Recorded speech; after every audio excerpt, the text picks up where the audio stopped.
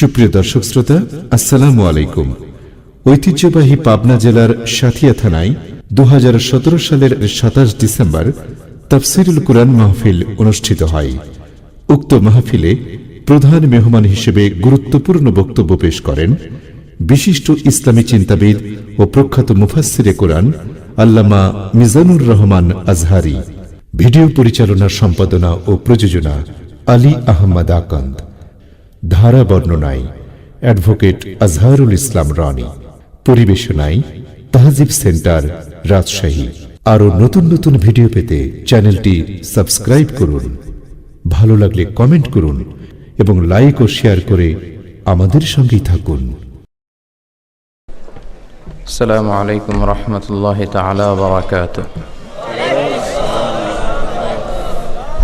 إن الحمد لله نحمده ونستعينه ونستغفره ونؤمن به ونتوكل عليه ونعوذ بالله من شرور أنفسنا ومن سيئات أعمالنا. من يهده الله فلا مضل له ومن يضلل فلا هادي له فلن تجد له وليا مرشدا. ونشهد أن لا إله إلا الله وحده لا شريك له هو الذي لا ضد له ولا ند له لا مثل له ولا مثيل له لا وزير له ولا كفيل له لا شبه له ولا شبيه له لا ولد له ولا والد له وهو الواحد الفرد الصمد لم يلد ولم يولد ولم يكن له كفوا أحد. ونشهد أن سيدنا ونبينا وحبيبنا وبشيرنا ونذيرنا وطبيبنا وطبيب أرواحنا وحبيبنا وحبيب ربنا محمدا عبد الله ورسوله أرسله بالحق بشيرا ونذيرا وداعيا إلى الله بإذنه وسراجا منيرا.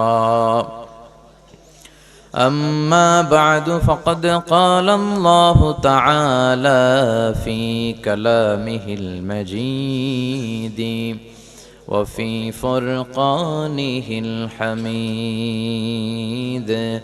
أعوذ بالله من الشيطان الرجيم.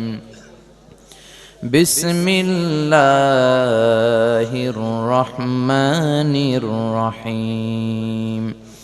ولقد آتينا لقمان الحكمة أن اشكر لله ومن يشكر فإنما يشكر لنفسه ومن كفر فإن الله غني حميد.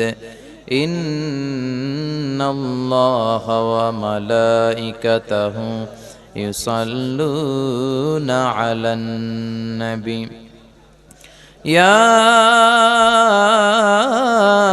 أيها الذين آمنوا صلوا عليه وسلموا تسليما. اللهم صل على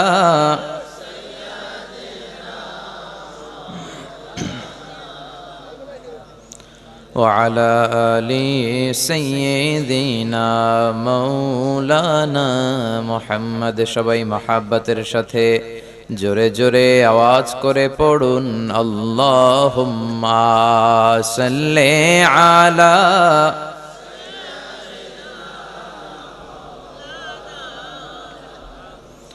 وعلى آل سيدنا মৌলানা মুহাম্মদ তাহাজ্জুদের জায়না মাঝে মরণ দিও প্রভু আমায় একামতে দিনের কাজে কবুল করে নিও আমায় তাহাজ্জুদের জায়না মাঝে মরণ দিও প্রভু আমায় একামতে দিনের কাজে কবুল করে নিও আমায় আল্লাহুম্মা সাল্লি আলা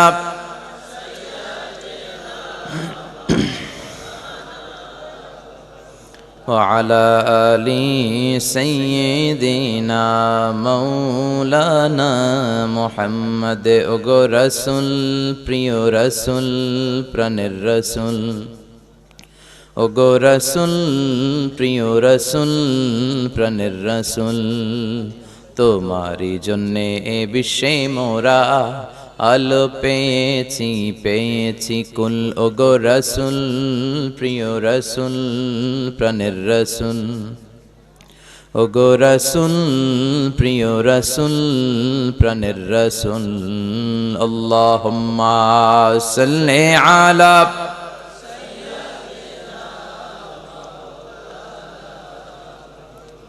وعلى آل سيدنا مولانا محمد لا إله إلا الله لا إله إلا الله جر لا إله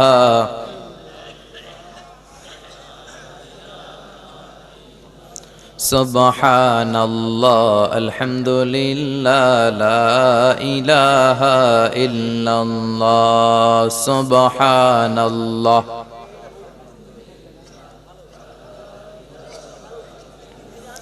আল্লাহ নামের জিকির করবে যারা আল্লাহর কাছে প্রিয় তারা আল্লাহর কাছে প্রিয় যারা জান্নাতে প্রবেশ করবে তারা জোরে লা ইলাহা লা ইলাহা ইল্লাল্লাহু মুহাম্মাদুর রাসূলুল্লাহ সাল্লাল্লাহু আলাইহি ওয়াসাল্লাম বিসমিল্লাহির রহমানির রহিম পরম করুণাময় অসীম দয়ালু আল্লাহ তাআলার নামে শুরু করছি। এই আয়াত দিয়ে আপনারা পোস্টার বানিয়েছেন। আল্লাহর নাম দিয়ে আমরা সব শুরু করতে চাই, ঠিক কি না? সব কাজের শুরুতে আল্লাহর নাম থাকলে রহমত আর বরকত আছে না নাই? বেশি না কম? সব জায়গায় বিসমিল্লাহ রাখতে রাজি আছেন তো? কোন জায়গা থেকে বিসমিল্লাহ আবার উঠাই দিবেন না তো? আল্লাহ সহিহ সমঝ দান করুক, পড়ি আমিন। বার্ষিক তাফসীরুল কোরআনের মাহফিল, গৌরী গ্রাম, ফাতিহিয়া আলিম মাদ্রাসা মাঠ প্রাঙ্গণ। গ্রামের নাম গৌরী গ্রাম না? আগে বলতে হিন্দুদের অনেক বসবাস ছিল, আগে বোধহয় ছিল, ওই নাম আর চেঞ্জ করেন নাই, গৌরী গ্রামে রেখে দিয়েছেন। আচ্ছা, আজকের প্রোগ্রামের সভাপতি হচ্ছেন জনাব মোহাম্মদ তোফাজ্জল হোসেন মন্ডল সাহেব, সভাপতি প্রোগ্রাম ফাতিহিয়া আলিম মাদ্রাসা ও সাংগঠনিক সম্পাদক বাংলাদেশ আওয়ামী লীগ গৌরীগ্রাম ইউনিয়ন শাখা সাথিয়া পাবনা। আজকে আমাকে রেখেছেন প্রধান বক্তা। অনেক কিছু লেখছেন আমার নামের নিচে দিয়ে, আল্লাহু আকবার। এত কিছু লেখছেন কেন? শুধু আমার নামটা হইলেই হবে। মিজানুর রহমান আজহারী। বিষ্ণু ঈসা ইসলামের নাম ছিল এক শব্দের নাম। কি নাম? মুহাম্মদ সাল্লাল্লাহু। কয় শব্দের নাম? কি নাম? পড়েন সবাই, কি নাম? মুহাম্মদ।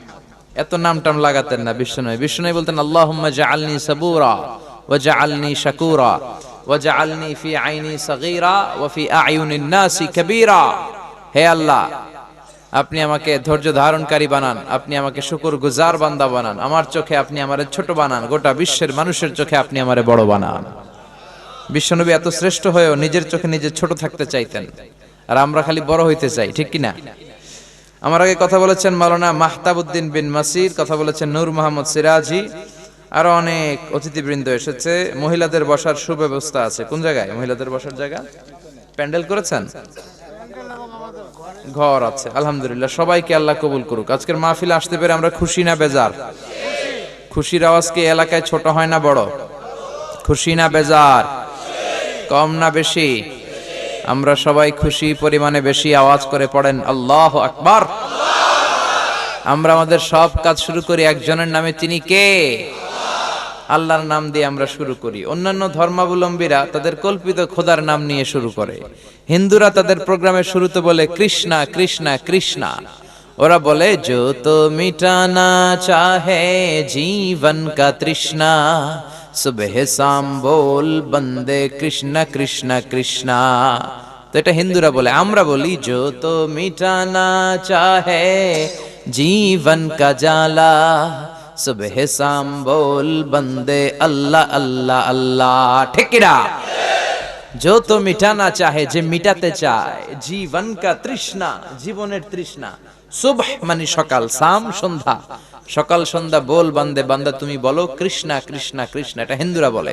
কিন্তু আমরা বলি जो तो मिटाना चाहे, যে মিটাতে চায়, জীবন কা জ্বালা, জীবনের জ্বালা, সুবহ শাম, সকাল সন্ধ্যা, বল বান্দে বান্দা বলো তুমি আল্লাহ আল্লাহ আল্লাহ।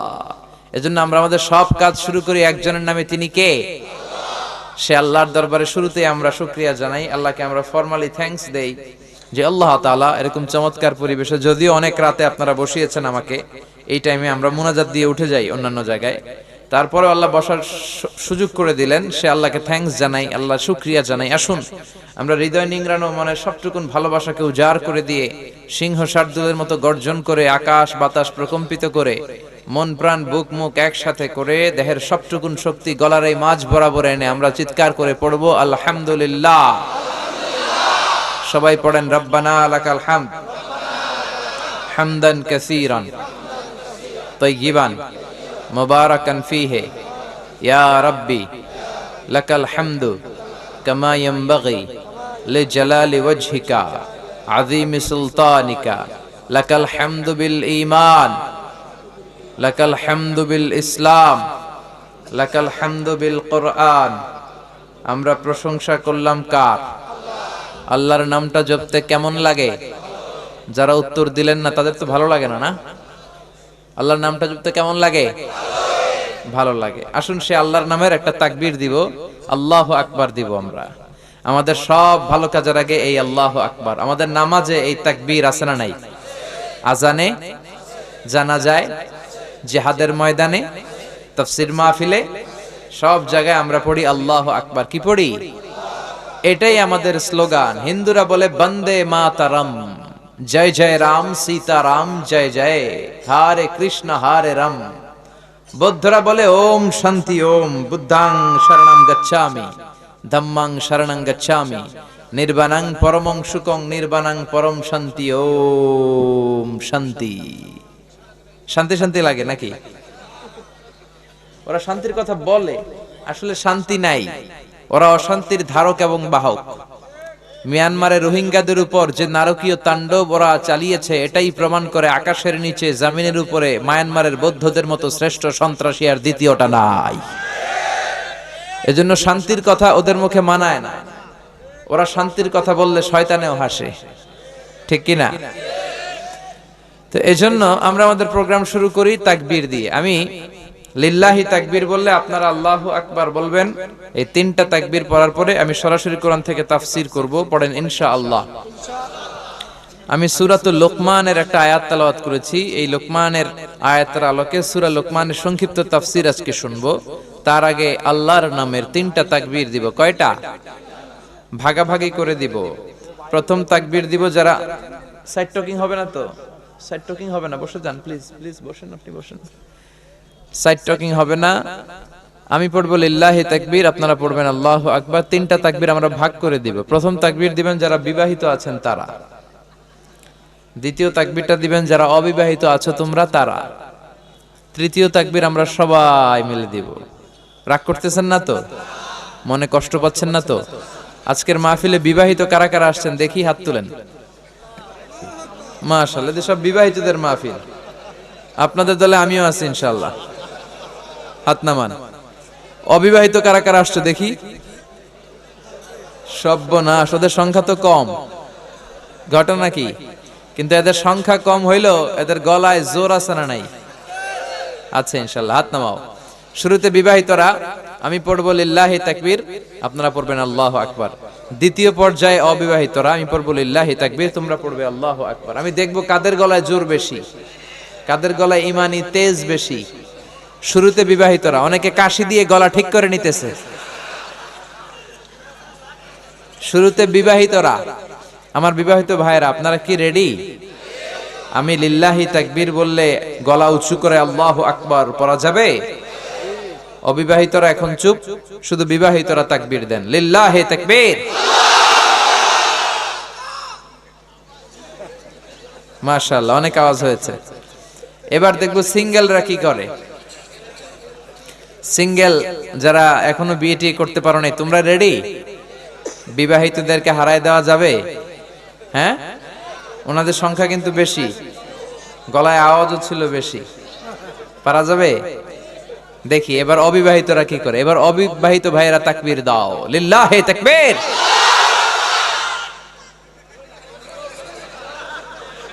মাশাআল্লাহ, শেয়ানা শেয়ানা একেবারে সমান সমান। এবার সবাই মিলে তিনটা তাকবীর দেব। তিনটা তাকবীরে এই প্যান্ডেলটা কাঁপায় ফেলতে হবে। রাজি আছে মুসলমান? লিল্লাহি তাকবীর। প্যান্ডেল কাঁপছে, এটা বাতাসে কাঁপছে, বাতাস। পিলার ধরে নাড়া দিয়েন না, পিলার ধরে নাড়া দিলে কাঁপবে। তাকবীরের আওয়াজে কাঁপাইতে হবে। দ্বিতীয় তাকবীর হবে আরো জোরে, যাতে প্যান্ডেল কেঁপে যায়, লিল্লাহি তাকবীর।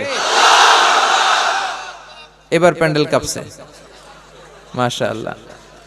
শেষ তাকবীরটা হবে সবচেয়ে জোরে, পড়েন লিল্লাহি তাকবীর। আল্লাহ তাকবীরকে তুমি কবুল করো, নাজাতের ওসিলা বানাও, মিজানের পাল্লায় উহুদ পাহাড়ের সমান ভারী করো। আজকে আমরা যেই বইটা থেকে কথা শুনবো, বইটার নাম কি? সবাই বলেন, কি নাম? এই কোরআনে কোনো ভুল আছে? সন্দেহ আছে? সংশয় আছে?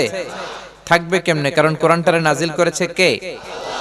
এজন্য রব্বুল আলামিন বলেন, যালিকাল কিতাবু লা রাইবা ফীহি হুদাল লিল মুত্তাকিন। This is the book, the most authentic and original book in the world, whereof there is no doubt in it, and a guidance to those who are muttaqin. এটা এমন বই যে বইয়ে কোনো ভুল নাই, কোনো সন্দেহ নাই, কোনো সংশয় নাই। মুত্তাকিনদের জন্য বইটারে গাইডলাইন করে পাঠালো কে? আবার রব্বুল আলামিন বলেন, কিতাবুন আনজালনাহু ইলাইকা লিতুখরিজান NASA Minaj যুলুমাতি ইলান Noor. O Muhammad, I've revealed this holy and sacred book unto you in order to lead the mankind out of darkness into the light. ও নবী, কেন এই কোরআন পাঠালাম জানো নাকি? শোনো শোনো, অন্ধকারাচ্ছন্ন মানুষগুলোকে আলোর পথ দেখাতে, জাহান্নামী গুলারে জান্নাতি বানাতে, আমার বামপন্থী গুলারে ডানপন্থী বানাতে। ঠিক কি না? কোরআন পড়বেন, ডানপন্থী বানায় দিবে কে? কোরআন পড়বেন, জান্নাতি বানায় দিবে কে? কোরআন পড়বেন, হেদায়েতের রাস্তায় আপনারে তুলে ধরবে কে? এজন্য সবকিছুর সমাধান এই কোরআনের ভেতরে আছে না নাই? সমাধান চাও যদি জীবনে, মরণে ফিরে যাও, খুঁজে নাও, চোখ রাখো কোরআনে। পড়েন, সমাধান চাও যদি জীবনে, মরণে ফিরে যাও, খুঁজে নাও, চোখ রাখো কোরআনে। If you want a solution this duniya and akhirah, go back, have a look to the holy কোরআনে। ঠিক কি না? যে কোনো সমস্যায় আপনি পড়েন, আপনার সমাধান এই কোরআনের ভেতরে আছে না নাই? এজন্য তাফসীর প্রোগ্রামে আমরা একটা বই থেকে এই কথা বলি। বইটার নাম কি? এখানে কোরআন ছাড়া অন্য কোনো কিতাব থেকে কথা বললে শুনবেন? বাইবেল থেকে বললে শ্রীমদ্ ভগবত গীতা, বেদ, রামায়ণ, মহাভারত, ত্রিপিটক, দীঘানিকায়া, ইয়াহভিস্ট, সেটারডেটাল, Talmud, Torah, old testament, new testament, Zend Avesta, পৃথিবী কাঁপানো যে এত ধর্মগ্রন্থ, একটার খাওয়াও এই মাহফিলে নাই। ঠিক কিনা? খাওয়া আছে যে কিতাবটার নাম কি? আর জোরে বলেন, কি নাম? এজন্য আল্লাহ বললেন, গোলাম, এই কিতাবটারে আমি সহজ করে দিলাম, এই কিতাব পড়বা সোজা, এই কিতাবে বুঝবা সেটাও সোজা, এই কিতাব রে মুখস্থ করে সিনায় রাখবা সেটাও সোজা করে দিল কে? ওয়ালাকাদ ইয়াসসারনাল কুরআনা লিযিকরি ফাহাল মিন মুদ্দাকির। I have made this holy Quran very easier for you to read, to understand and to memorize in your heart. এই কোরআন পড়বা সোজা, বুঝবা সোজা, মুখস্থ করে সিনায় রাখবা তাও সোজা। সুবহানাল্লাহ। কোরআন পড়া বুঝা মুখস্থ করা যদি সহজ না হতো, আমরা সিনায় রাখতে পারতাম? আমরা কেউ হাফেজ হতে পারতাম? বাংলাদেশে লক্ষ লক্ষ হাফেজ আছে না নাই? আছে না নাই? ব্রিটিশরা যখন এই ভারতবর্ষ থেকে চলে যায়, তারা 11 সদস্যের একটা কমিটি বানিয়ে যায় in order to check how to destroy the holy book Quran from this Indian subcontinent. 11 জনের কমিটি করে দিল, দেখো তো গবেষণা করে এই ভারতবর্ষ থেকে কেমন করে কোরআনকে দূর করা যায়। তারা রিপোর্ট দিল, if you want to destroy the holy book Quran, you have to make fire on all the scriptures available in Indian subcontinent. এই কোরআনকে দূর করতে হলে ভারতবর্ষে যত কোরআন আছে সবগুলো আগুন দিয়ে জ্বালায় দিতে হবে। ওমি আগুন দিয়ে জ্বালায় দিলে কি কোরআন দূর হয়ে যাবে? দূর হয়ে যাবে? যদি আগুন লেগে যাই পুড়ে যায়,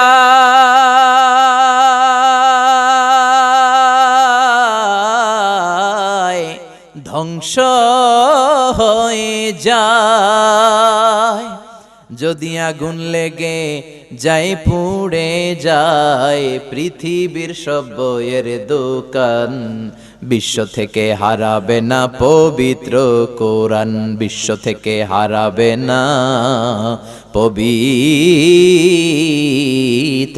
কোরআন। আল্লাহু আকবার। গোটা বিশ্বের কোরআনের কপিগুলো আগুন দিয়ে জ্বালায় দিল, কোরআন দূর করা যাবে না, কারণ হাফেজে কোরআনদের কলিজার ভেতরে কোরআন মুখস্থ করা আছে না নাই? 33 সদস্যের আরেক কমিটি তারা পাঠালো।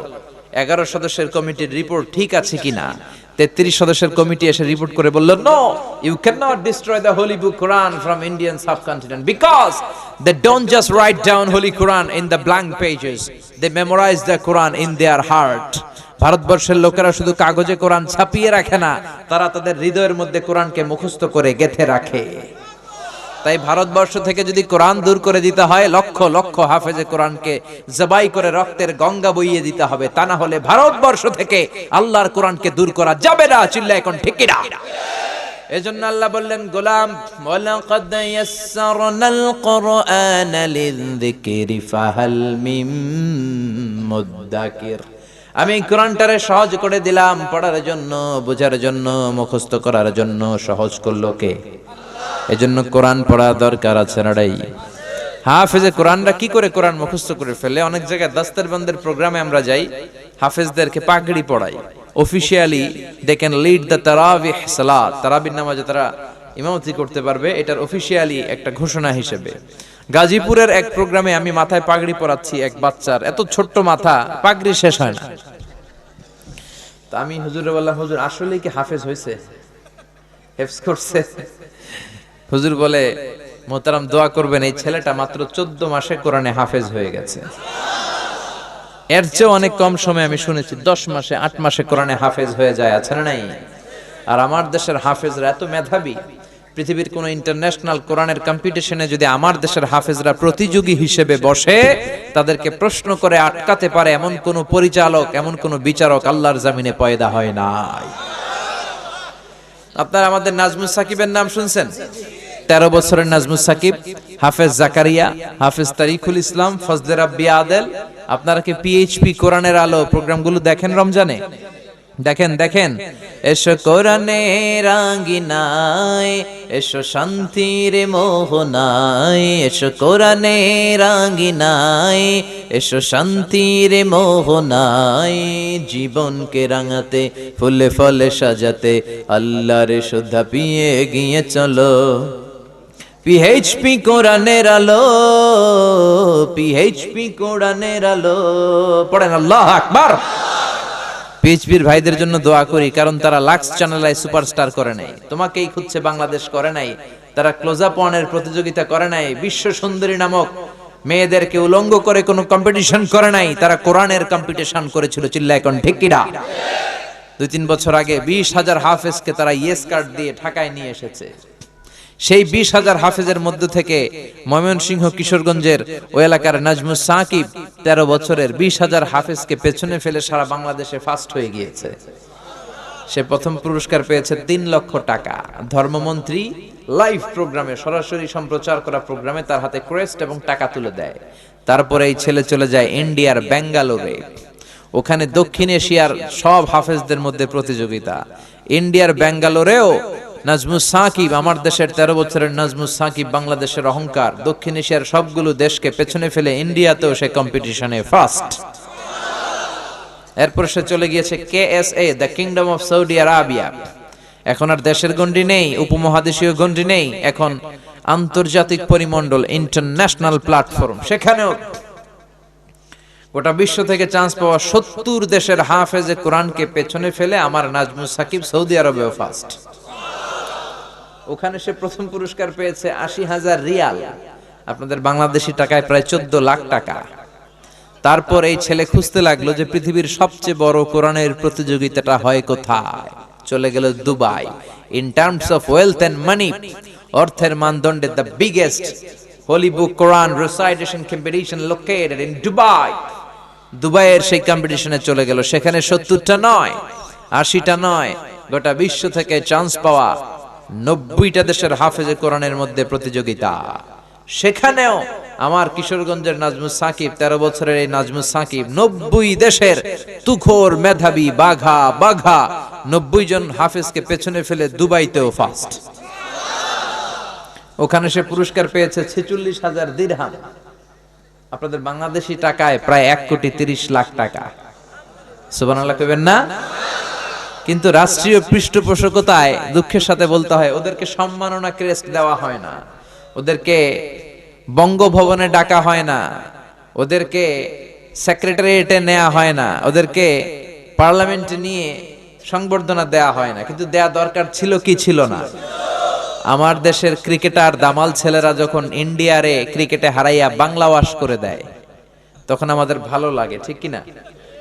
তো ক্রিকেটে জিতে গেলে আমাদের 17 কোটি মানুষের প্রধানমন্ত্রী, মাননীয় প্রধানমন্ত্রী তাদেরকে ধন্যবাদ দেওয়ার জন্য, পুরস্কার দেওয়ার জন্য এয়ারপোর্টে চলে যায়, রেড কার্পেট রিসেপশন দেয়, লাল গালিচার সংবর্ধনা, আর বাড়ি গাড়ি টাকা পয়সা তো আছেই, ঠিক কিনা? কেন দেয়? কারণ তারা বাংলাদেশের সম্মানকে উজ্জ্বল করেছে বিশ্ব দরবারে। তো মাশরাফি বিন মুর্তজা, সাকিব আল হাসান, ওরা বিশ্ব দরবারে বাংলাদেশকে উঠাইলো। আমার কিশোরগঞ্জের নাজমুস সাকিব কি বাংলাদেশকে বিশ্ব দরবারে উঠায় নাই? প্রিয় মাননীয় প্রধানমন্ত্রী, আপনি ক্রিকেটারদেরকে সংবর্ধনা দেওয়ার জন্য লাল গালিচার সংবর্ধনা দিলেন, রেড কার্পেট রিসেপশন। নাজমুস সাকিবকে লাল গালিচার সংবর্ধনা না দেন, একটা লাল গোলাপও তো হাতে দিতে পারতেন। এয়ারপোর্টে যেয়ে বলতে পারতেন, শাবাশ নাজমুস সাকিব, তোর মতো হাফেজে কোরআন আমার ঘরে ঘরে চাই। চিল্লা এখন ঠিক কিনা? যে দেশে হাফেজে কোরআনকে সম্মান দেয়া হয় না সে দেশে হাফেজে কোরআন জন্মায় না। যে দেশে আলেমদের সম্মান নাই ওই দেশ একদিন আলেম শূন্য হয়ে যাবে। চিল্লায় বলেন ঠিক কিনা? এজন্য গোটা বিশ্বব্যাপী কোরআনের এই গণজোয়ার তৈরি করে দিয়েছে কে? আপনি কোরআনের আওয়াজকে বন্ধ করতে পারবেন? বন্ধ করতে পারবেন? এক জায়গায় মাহফিল বন্ধ করবেন, আরো 10 জায়গায় মাহফিল আছে না নাই? এক মুফাসসির কারাগারে তো লক্ষ মুফাসসির ঘরে ঘরে। চিল্লায় এখন ঠিক কিনা? এজন্য কোরআনের আওয়াজকে বন্ধ করে দেয়া যায় না। যারা কোরআনের বিরুদ্ধে লাগে এরা কপাল পোড়া, এরা জমিনটারে চিনে নাই। এই জমিন পীর আউলিয়াদের জমিন, এই জমিন দাড়িওয়ালাদের জমিন, টুপিওয়ালাদের জমিন, আলিয়া মাদ্রাসার জমিন, কওমি মাদ্রাসার জমিন, এই জমিন টঙ্গীর তুরাক পারের বিশ্ব ইস্তেমার জমিন। জোরে কোন ঠিক কিনা? এদেশে আর কিছু থাকবে না থাক, কোরআন থাকবেই। আর কিছু থাকবে না থাক, আমার তাফসীর মাহফিল থাকবেই। জোরে কোন ঠিক কিনা? কিছু নাস্তিক ব্লগার, কিছু ইসলাম বিদ্বেষী, কিছু লুক্কা পাঠা এই কোরআনকে নিয়ে কথা বলে, এরকম বেয়াদবের বাচ্চা জাহান্নামের নরকিট বাংলাদেশে আছে না নাই? যারা কোরআনের বিরুদ্ধে কথা বলে এগুলো পিতৃ পরিচয়হীন জারদ সন্তান। এদের সাথে আমাদের কোনো সম্পর্ক নাই। আমরা কোরআন নিয়ে বাঁচতে চাই, মরতে চাই। রাজি আছো মুসলমান? কারা কারা রাজি? দুহাত উঁচু করে আল্লাহর দেখা।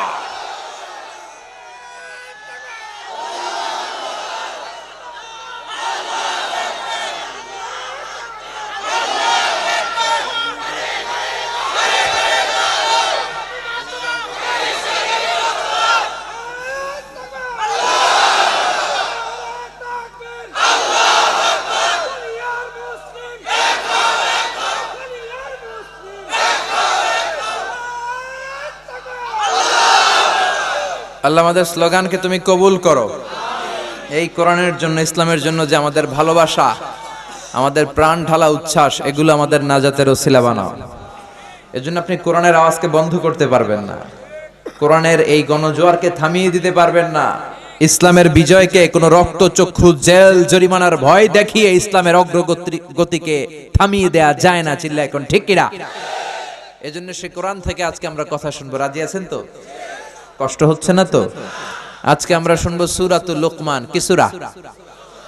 সবাই বলেন কি সূরা? আরো জোরে বলেন না কি সূরা? এই সূরাটা 21 পারায় অবস্থিত কোরআনে, 31তম সূরা। এই সূরায় আয়াত আছে 34টি, রুকু আছে 4টি। এটি মাক্কি সূরা। আমরা দ্বিতীয় রুকু থেকে কথা শুনবো, বলেন ইনশাআল্লাহ। এই তাফসীর মাহফিলগুলোকে ক্লাসের মতো মনে করবেন। কিসের মতো? তাহলে কিছু শিখে যাওয়া যাবে। তা না হলে আসলাম, স্লোগান দিলাম, হাসলাম, কাঁদলাম, কোনো লাভ হবে না। কিন্তু যদি কিছু শিখে যাওয়া যায়, জীবনটারে পরিবর্তন করে দিবে কে? আরো জোরে বলেন কে? আসুন আমরা নিয়ত করি এক আল্লাহ তাআলার সন্তুষ্টির জন্য আমরা মহাবিশ্বের মহাবিশ্বয় মহাগ্রন্থ আল কোরআন থেকে হেদায়েত নেয়ার জন্য সূরাতুল লোকমানের তাফসীর শুনবো। জোরে কোন ইনশাআল্লাহ। Consider this program as a class. The person is delivering lecture in front of you. He is your teacher. And you all sitting guys are the students of Tafsirul Quran. যিনি এখানে কথা বলে উনি শিক্ষক। আমার আগে সিরাজি ভাই ছিলেন শিক্ষক, আমরা ছিলাম ছাত্র।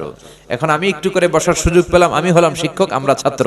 আমরা কোরআনের ছাত্র হয়ে বসেছি। খুশি না বেজার? সূরা লোকমানের আলোকে শুনবো। লোকমান নামটা কেমন লাগে? ভালো লাগে? কোরআন আল কারীমে ব্যক্তির নামে মোট 8 সূরা। কয় সূরা? জবাব দেন।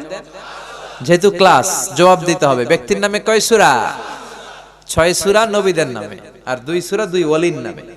নবীর নামে 6 সূরা, সূরা ইউনুস, সূরা ইউসুফ, সূরা হুদ, সূরা নূহ, সূরা ইব্রাহিম, সূরা মুহাম্মদ। এই 6 নবীর নামে কোরআনে 6টা সূরা। আর 2 জন ওলির নামে 2টা সূরা। এক হলো মহিলা ওলি, আর এক হলো পুরুষ ওলি। মহিলা ওলি হচ্ছে মারইয়াম, উম্মু ঈসা, ঈসা আলাইহিস সালামের মা। আর পুরুষ ওলি হচ্ছে লোকমান। এই যে লোকমান আলাইহিস সালামের নামে আল্লাহ একটা সূরা দিলেন। লোকমান নামটা কেমন? ভালো লাগে? ছেলে ফেলে রাখবেন, ঠিক আছে? এই সুন্দর সুন্দর নামগুলো কোরআন থেকে পিক করবেন, চুজ করে ছেলেদের জন্য রাখবেন। আহাব্বুল আসমা ইলাল্লাহি আব্দুল্লাহ, আব্দুর রহমান।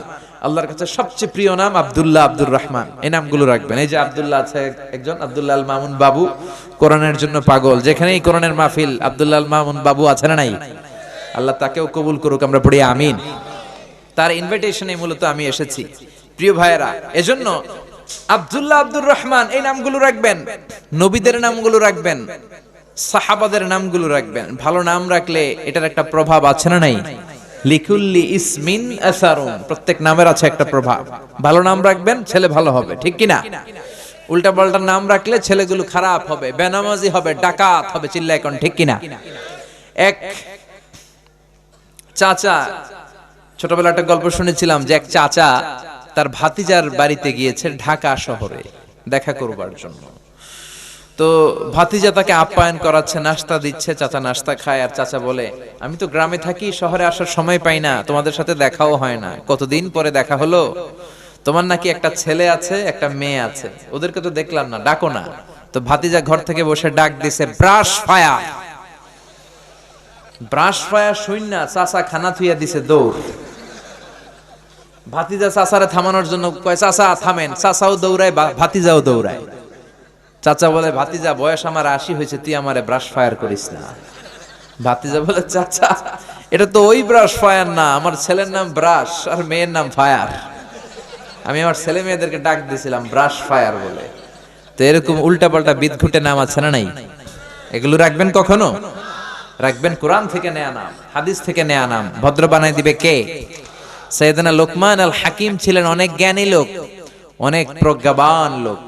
উনি ওনার ছেলেকে 10টা উপদেশ দিয়েছিলেন। কয়টা? সবাই বলেন না, কয়টা?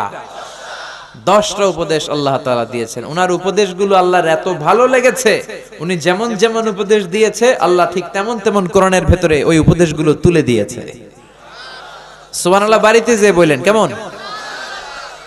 আওয়াজ করে পড়েন আল্লাহু আকবার। এজন্য আজকে উপদেশগুলো আমরা শুনবো। আমরা অনেকেই বাবা হয়েছি না? আমাদের দায়িত্ব সাইয়েদনা লোকমান যে উপদেশগুলো তার ছেলেকে দিয়েছেন আমরাও যারা বাবা হয়েছি বা হব, আমরা আমাদের ছেলে মেয়েদেরকে ওই উপদেশ দিব। এজন্য ছেলে মেয়েদেরকে ছোট্টবেলা থেকে ইসলাম শিখাতে হয়, বড় হয়ে গেলে কাজ হয় না। অনেক জায়গায় মাহফিলের পরে আমাদের কাছে আসে পানি পড়ার জন্য। একজন লোক আসছে, বলে হুজুর পানি পড়া। কেন পানি পড়া? কয় হুজুর আমার ছেলে কথা শোনে না। ছেলে কথা শোনে না? কয় না। বয়স কত ছেলের? কয় হুজুর 30। আমি কই সর্বনাশ, 30 বছরের পোলার জন্য পানি পড়া? পানি পড়ায় কাজ হবে না। শুধু পানি পড়া না, আমারে মেশিনে ঢুকাইয়া বাইটা খাওয়াই দিল আপনার পোলা মানুষ হবে না। কারণ আমাদের আঞ্চলিক ভাষা একটা কথা বলে, কাঁচা না নোয়ালে বাঁশ, পাকলে করে টাস টাস। ছোট্টবেলা থেকে শিখাতে হবে। ও এখন কাদা আর মাটি, যেমন মনে চায় শেপ দেওয়া যায়, যেমন মনে চায় ডিজাইন করা যায়। কাদা মাটিকে যেমন মনে চায় বাঁকা করা যায়। কামার একই কাদামাটি দিয়ে প্লেট বানায়, একই কাদামাটি দিয়ে মূর্তি বানায়, একই কাদামাটি দিয়ে গ্লাস বানায়।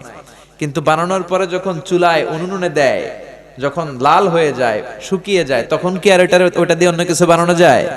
বানাতে গেলে কি হবে? কি হবে? এজন্য ছোট্টবেলা থেকে আপনার ছেলেকে কোরআন শিখান। ইসলাম এত সুন্দর ধর্ম, ইসলাম বলে তোমার ছেলে জন্ম নিয়েছে, তার উপর শরীয়তের কোনো হুকুম আহকাম এখনো শুরু হয় নাই, তার আমল নামা শুরু হয় নাই, কিন্তু তার কানের কাছে আজান দিয়ে তুমি তার কাছে ইসলামটাকে পৌঁছে দাও। ঠিক কি না? 7 বছর বয়স হয়েছে, ছেলের নাম রাখো, সুন্দর নাম রাখবা, কোরআন থেকে দেখে নাম রাখবা, ব্রাশ ফায়ার রাখো না। ঠিক কি না? সুন্দর সুন্দর নাম রাখো, ছেলের আকিকা দিয়ে দাও, আর একটু বড় হলে ছেলেকে কোরআন শিখিয়ে দাও। এখন থেকে কোরআন শিখান, এই ছেলেগুলো হবে আল্লাহওয়ালা। আর যদি কোরআন না শিখান, এগুলোই হবে ডাকাত, চাঁদাবাজ, টেন্ডারবাজ। এই ছেলেগুলোই হবে বাংলা ভাই, ইংরেজি ভাই, অঙ্ক ভাই। এগুলোই হবে এরশাদ শিকদার, পিচ্চি হান্নান, কালা জাহাঙ্গীর আর লতিফ সিদ্দিকীর মতো আউলা ঝাউলা মন্ত্রী। জোরে কোন ঠিক কি না? আর যদি কোরআন শিখান, ভদ্র হবে। এরকম তাফসিরুল কোরআনের পাগল চেয়ারম্যান হবে যারা কোরআনের পৃষ্ঠপোষকতা করে। জোরে কোন ঠিক কি না? আর যদি কোরআন না শিখান, তাফসির মাহফিল বন্ধ করে দিবে, মুফাসসিরে কোরআনকে আসতে দিবে না, কোরআনের আওয়াজকে বাড়তে দিবে না। এরকম বেয়াদব নেতাও বাংলাদেশে আছে না নাই? আছে না নাই? এজন্য ছোট্টবেলা থেকে কোরআন শিখান। কোরআন শিখাবেন, ভদ্র হবে। আর যদি গান বাজনা শিখান, তাহলে গান বাজনাই শিখবে। আমার বাবার মুখে প্রথম যেদিন শুনেছিলাম গান, সেদিন থেকে গানি জীবন, গানি আমার প্রাণ। আমার মায়ের আদেশ, বাবার মতো গাইতে হবে গান, সেদিন থেকে গানি জীবন, গানি আমার প্রাণ। তো আপনার ছেলের জীবন মরণ তো গান হবেই। শিখাইছেন গান? কোরআন তো আপনি শিখান নাই। যদি কোরআন শিখাতেন, ছেলে বলতো বাবার মুখে প্রথম যেদিন শুনেছি কোরআন, সেদিন থেকে কোরআনই জীবন, কোরআনই আমার প্রাণ। ঠিক কি না? এজন্য ছোট্টবেলা থেকে ইসলাম শিখান, ছেলেগুলোরে ভদ্র করবে কে? وَلَقَدْ آتَيْنَا لُقْمَانَ الْحِكْمَةَ أَنِ اشْكُرْ لِلَّهِ وَمَنْ يَشْكُرْ فَإِنَّمَا يَشْكُرُ لِنَفْسِهِ وَمَنْ كَفَرَ فَإِنَّ اللَّهَ غَنِيٌّ حَمِيدٌ। পড়েন আল্লাহু আকবার। কে এই লোকমান? কি তার পরিচয়? লোকমান ছিল নিগ্রো লোক, কুচকুচে কালো। নিগ্রো লোক দেখেছেন? যারা হজে গিয়েছেন তারা দেখেছেন। Sudan, Africa, Uganda. আমি দেখেছি 2008 সালে যখন আমি মিশরে যাই, 2007-এ ধর্ম মন্ত্রণালয়ে আমি মিশরের বৃত্তি পরীক্ষায় প্রথম স্থান অধিকার করি। গেলাম, যাওয়ার পরে মিশরে আমাকে নিয়ে যাওয়া হলো সরকারি খরচে। আমি 5 বছর পৃথিবীর সবচেয়ে বড়, the oldest and the biggest Islamic university ever in the world, সেখানে আমি কোরআনিক সায়েন্স ডিপার্টমেন্ট থেকে ব্যাচেলর করেছি, অনার্স করেছি। তো ওখানে students of more than 100 nationalities with to study dual in the same place. 104টারও বেশি দেশের ছাত্র আমরা একসাথে এক জায়গায় পড়তাম। কেউ সাদা, কেউ কালো, কেউ শ্যামলা, কেউ লম্বা, কেউ খাটো, কেউ বাংলাদেশি, কেউ পাকিস্তানি, কেউ সিঙ্গাপুর, কেউ ইংল্যান্ড, কেউ মালয়েশিয়া, কেউ ইন্দোনেশিয়া, কেউ আফ্রিকা, কেউ সুদান, কেউ ইথিওপিয়া, কেউ ঘানা। এক এক দেশের মানুষ। তো সেখানে আমি কুচকুচে কালো মানুষ দেখেছি। লোকমান আল হাকিম ছিলেন কুচকুচে কালো মানুষ। এতে করে বোঝা গেল কেউ সাদা কি কালো, আল্লাহ ডাজন্ট ম্যাটার, আল্লাহ এটা দেখেন, আল্লাহ ডাজন্ট কেয়ার অ্যাবাউট ইট, আল্লাহ এটা কোনো কেয়ার করে না। তা না হলে কালো মানুষের কথা আল্লাহ কোরআনে তুলবেন কেন?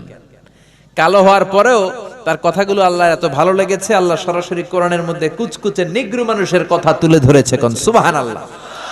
এজন্য ইসলাম বলে there is no difference between black and white, between upper and lower, between the richer section of the society and poorer section of the society, between the prime minister and rickshaw puller, everyone is totally equal, 100% equal, completely equal in the eyes of Islam. ইসলাম বলে সাদা কালোয় কোনো পার্থক্য নাই, ধনী গরিবে পার্থক্য নাই, প্রধানমন্ত্রী কুলিওয়ালা ঠেলাওয়ালায় কোনো পার্থক্য নাই। পার্থক্য এক জায়গায়, ইন্না আকরামাকুম ইনদাল্লাহি আতকাকুম, যার কলিজার মধ্যে আল্লাহর ভয় বেশি সেই আল্লাহর কাছে সেরা। জোরে কোন ঠিক কি না? এজন্য হাজার কোটি টাকার মালিক যারা, কোটি কোটি টাকা বানালো যারা, তাদের জন্য কিয়ামতের দিন আলাদা কোনো লাইন হবে নাকি? কিয়ামতের দিন লাইন দুইটা। কয়টা? আরো জোরে বলেন কয়টা? একটা হলো আসহাবুল ইয়ামিন, ডানপন্থীরা জান্নাতে একদিকে, আরেকটা হলো আসহাবুশ শিমাল, বামপন্থীরা বাম দিকে, জাহান্নামী। ঠিক কি না? এছাড়া কোনো লাইন নাই।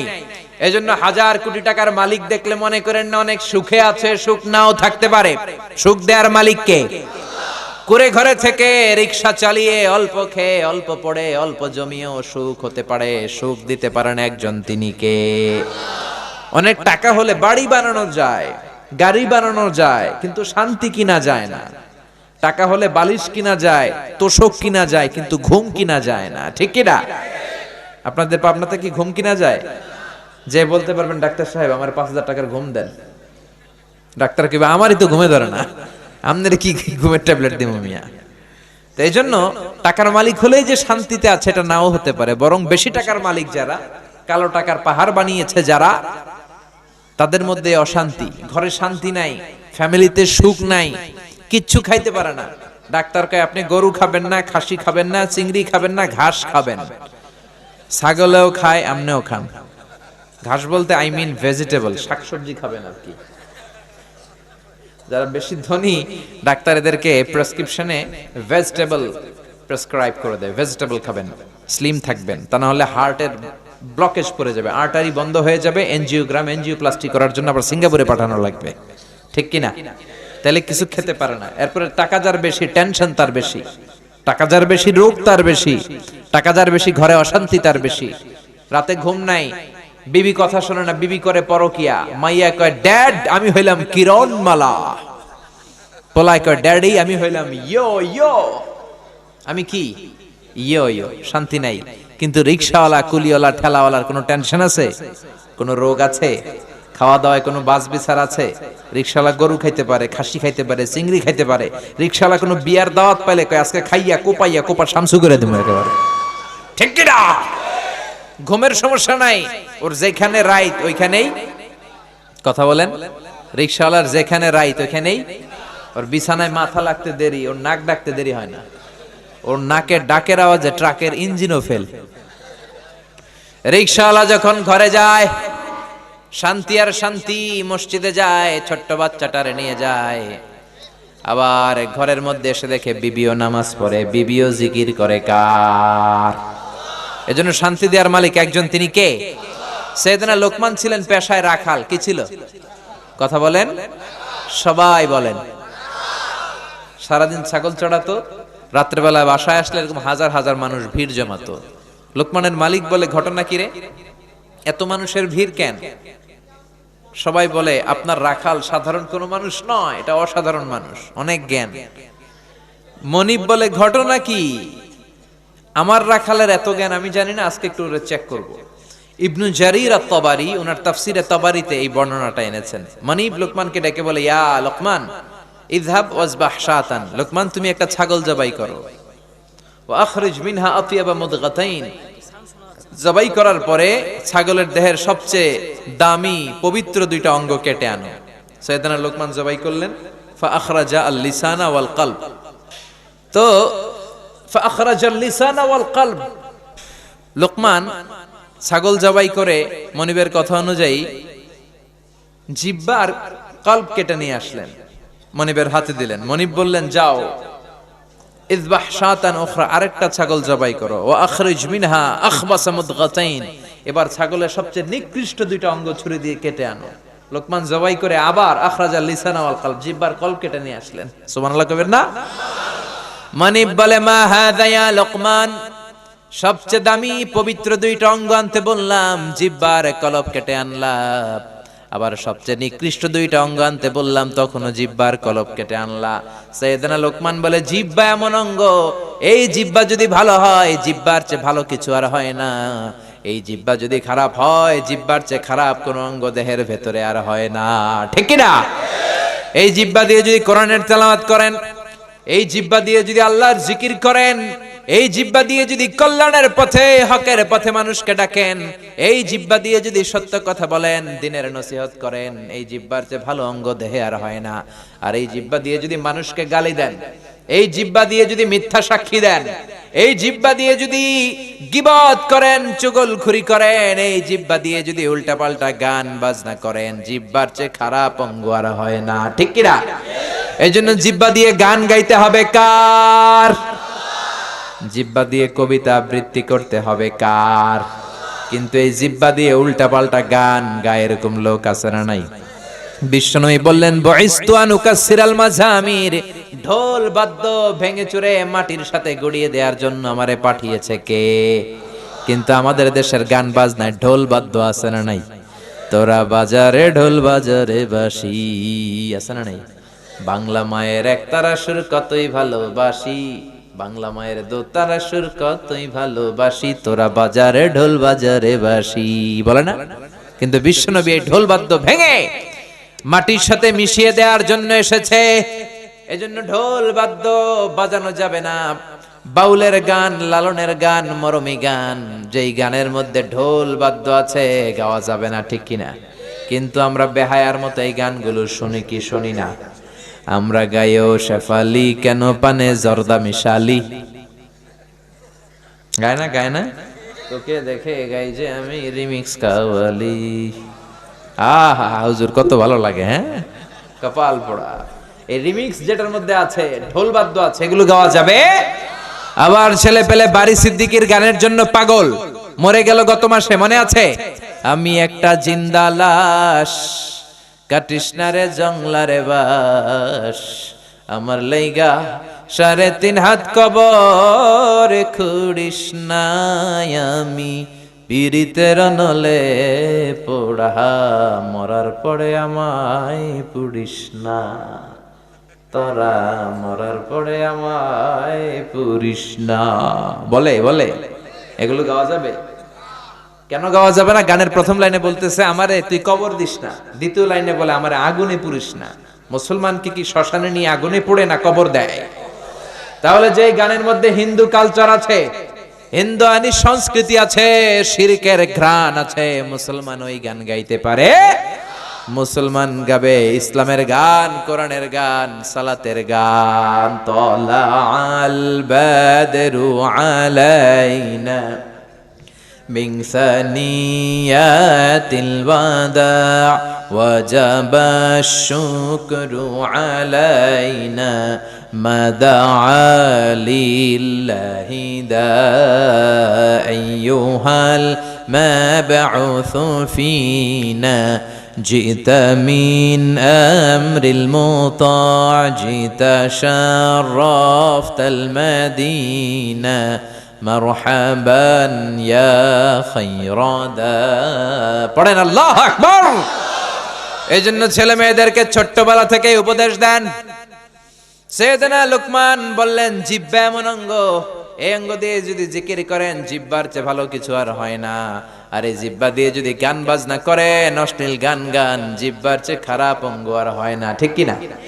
আল্লাহ নরম নরম টিস্যু দিয়ে জিহ্বাটাকে বানালেন। আমাদের জিহ্বায় পার স্কয়ার সেন্টিমিটারের টেস্ট বাড রয়েছে 184টা।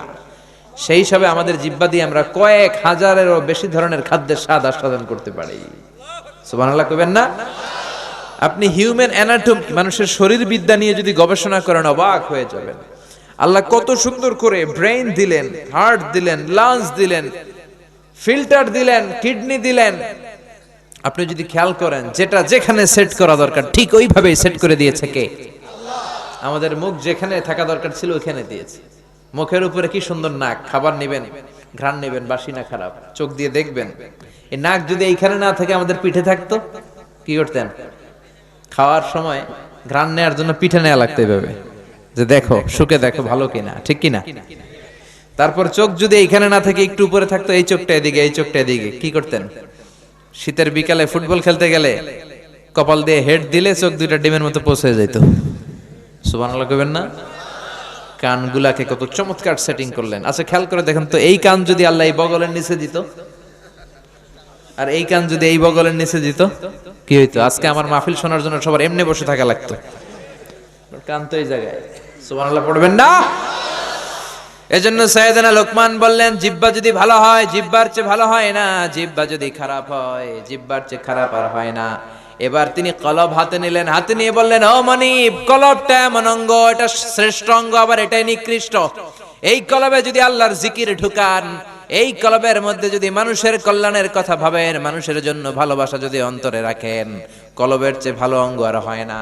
আর এই কলবের ভেতরে যদি মানুষের জন্য ঘৃণা পুষে রাখেন, আল্লাহর জিকির না বসিয়ে শয়তানকে যদি আপনার কলবের মধ্যে আপনি ঢুকিয়ে দেন, তাহলে কলবের চেয়ে খারাপ অঙ্গ আর হয় না, ঠিক কি না? এজন্য আল্লাহ বললেন, আলা বিযিকিরিল্লাহি তাতমাইন্নুল কুলুব। দুনিয়ার কোন জিনিস দিয়ে কলব প্রশান্ত হয় না, কলব প্রশান্ত হয় একজনের জিকির দিয়ে, তিনি কে? এজন্য কলবের ভেতরে আল্লাহর জিকির রাখার দরকার আছে না নাই? অনেকে আসে কলবের ভেতরে আল্লাহর জিকির না ঢুকাইয়া আয়না ঢুকায়, আছে না নাই? কলবে কি ঢুকায়? আপনাদের এলাকায় ঢুকায়?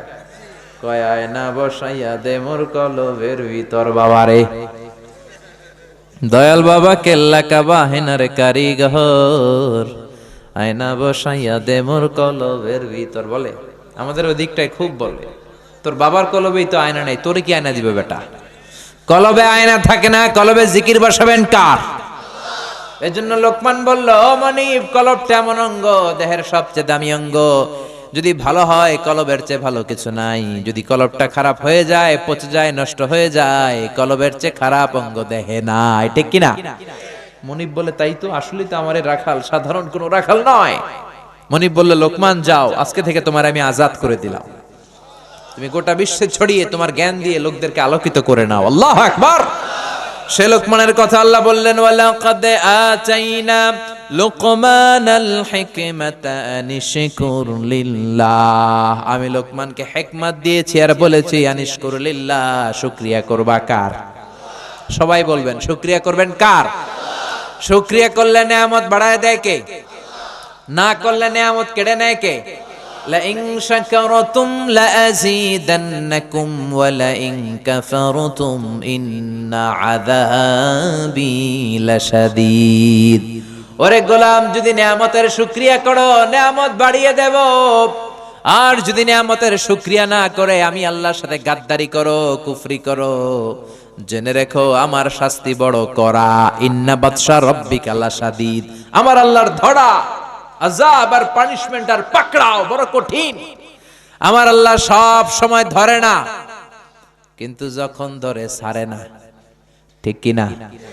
ধরে ধরে ধরে না, ধরলে আল্লাহ ছাড়ে না।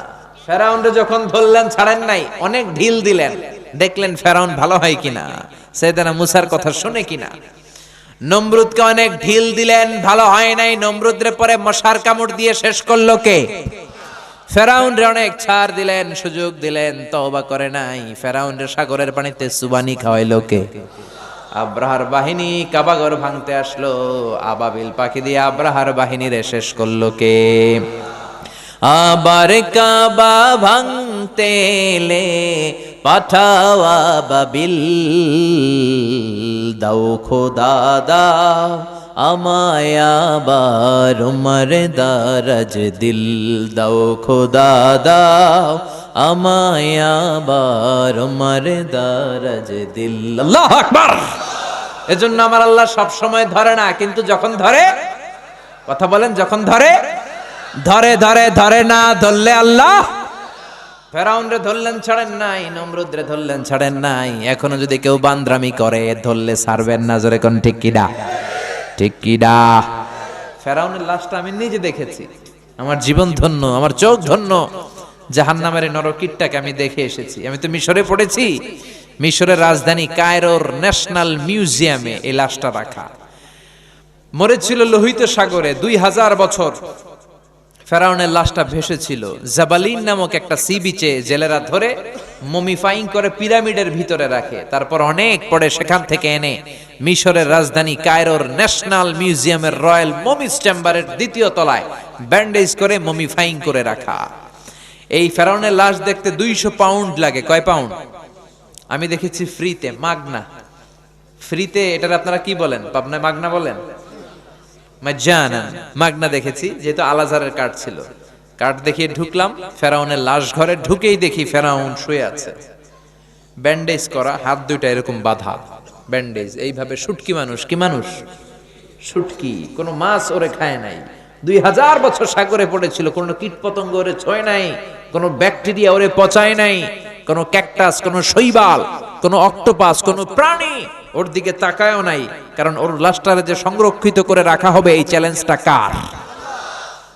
ঢুকলাম, ঢুকে দেখি ফেরাউন শুয়ে আছে। ডাক দিলাম, ও ফেরাউন চাচা কেমন আছো? কিন্তু চাচা কথা বলে না। ওর কথা বলার শক্তিটাও কেড়ে নিয়েছে কে? ওই দিন আমি অনেকক্ষণ কথা বললাম ফেরাউনের সাথে, কিন্তু এক পেশে কথা, এক তরফা কথা, শুধু আমি কই, সে কথা কয় না। তার লাশের চারদিক দিয়ে ঘুরে ঘুরে দেখলাম আর অবাক হলাম। এই লোকটা আমার নবী মুসা আলাইহিস সালামকে ধমক দিত। এই লোকটার ভয়ে বনি ইসরায়েলের মুসলমান সৈনিকেরা নিজ এলাকায় থাকতে পারতো না, আরেক এলাকায় যে ঘুমানো লাগতো। এরকম পরিবেশ এখনো দেশে আছে না নাই? আমার থানা এইখানে, আমি এখানে থাকতে পারি না, আরেক থানায় ঘুমাই। আমার বাড়ি এইখানে, আমার বাড়িতে আমি পরবাসী আরেকজনের ঘরে ঘুমাই। ওয়ালা তাহিনু ওয়ালা তাহজানু ওয়া আনতুমুল আ'লাউনা ইন কুনতুম মুমিনিন। দুঃখ করো না, চিন্তা করো না, ঈমান যদি পাক্কা হয় বিজয় তোমাদের হাতে নিশ্চিত হবেই হবে। চিল্লা এখন ঠিক কি না? ঈমানের নমুনা যদি দেখাতে পারো, সবর যদি এখতিয়ার করতে পারো, নিজেদের জান আর প্রাণকে যদি কোরআনের জন্য উৎসর্গ করতে পারো, বাংলার জমিনেও কালেমার পতাকা উড়াইয়া দিবে কে? পৃথিবীতে কেউ তো স্থায়ী হয় না, ওক না সে ফেরাউন কিবা নামরুদ। কেউ ভবে চিরদিন রয় না, কেউ ভবে চিরকাল রয় না। জোরে কোন ঠিক কিনা? এজন্য থাকার জন্য আমরা আসি নাই, চলে যেতে হবে। ফেরাউনকেও শেষ করে দিল কে? এজন্য আল্লাহ বললেন, আনিশকুরু লিল্লাহি ওয়া মান ইয়াশকুরু ফাইন্নামা ইয়াশকুরু লিনাফসিহি। ও লোকমান, আল্লাহর শুকরিয়া করো, শুকরিয়া করলে আমি নিয়ামত বাড়িয়ে দেই। আর কেউ যদি শুকরিয়া করে সেটা তার নিজের জন্যই করে, আমি আল্লাহর কোনো লাভ নাই। শুকরিয়া করলে লাভ কার? কুফরি করলে লস কার? আল্লাহর কোনো লাভ লস আছে? কথা বলেন, লাভ লস আছে? সহিহ মুসলিমের বর্ণনায় বিশ্বনবী বললেন, হাদিসে কুদসিতে আল্লাহ বলেন, ইয়া ইবাদি লাউ আন্না আউওয়ালাকুম ওয়া আখিরাকুম ওয়া ইনসাকুম ওয়া জিন্নাকুম কানু আলা আফজারি কলবি রাজুলিন ওয়াহিদ মা নাকাসা ফি মুলকি শাইআ। ও আমার গোলাম, তোমরা সবাই মিলে যদি আমি আল্লাহরে গালি দাও, আমি আল্লাহর ব্যাপারে বিদ্রোহ ঘোষণা করো, সবাই মিলে যদি তোমরা কুফরি করো, আমি আল্লাহর ক্ষমতা আর 1 ইঞ্চিও তোরা কমাতে পারবি না। ঠিক কি না? কমানো যাবে? আমরা সবাই মিলে বিদ্রোহ করলে আল্লাহর কোনো ক্ষতি নাই। ওয়া আন্নাকুম গায়রু মুজিজিল্লাহ,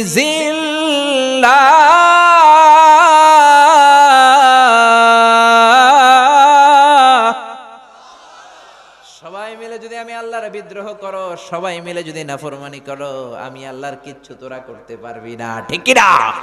এজন্য শুকরিয়া করলে তোদের লাভ, না শুকরি করলে তোদের লস। শুকরিয়া করলে নিয়ামত বাড়ায় দিবে কে? এজন্য শুকরিয়া করতে রাজি আছেন? এরপর আল্লাহ বললেন কেমন করে লোকমান উপদেশ দিল, ওয়া ইয ক্বালা লুকমানু লিবনিহি ওয়া হুয়া ইয়াইদুহু ইয়া বুনাইয়া লা তুশরিক বিল্লাহ ইন্নাশ শিরকা লাযুলমুন আযীম। পড়েন সুবহানাল্লাহ। সাইয়েদানা লোকমান উপদেশ দিচ্ছে, ইয়া বুনাইয়া, ও আমার সন্তান, ও আমার কলিজার টুকরা, ও আমার বৎস, আমার বাছা। এজন্য উপদেশ যখন দিবেন নরম ভাষায় দিবেন। উপদেশের ভাষা হতে হবে হৃদয়স্পর্শী, কোমল। আপনি যদি ধমকি দিয়ে উপদেশ দেন, এটা উপদেশ হবে? এটা তো হয়ে যাবে ঝগড়া। এজন্য উপদেশ যখন দিবেন কোমল ভাষায়, দরদের জায়গা থেকে দিবেন, কারণ হৃদয় থেকে কোনো কথা বললে এটা আরেকজনের হৃদয়ে যেয়ে লাগে, ঠিক কি না?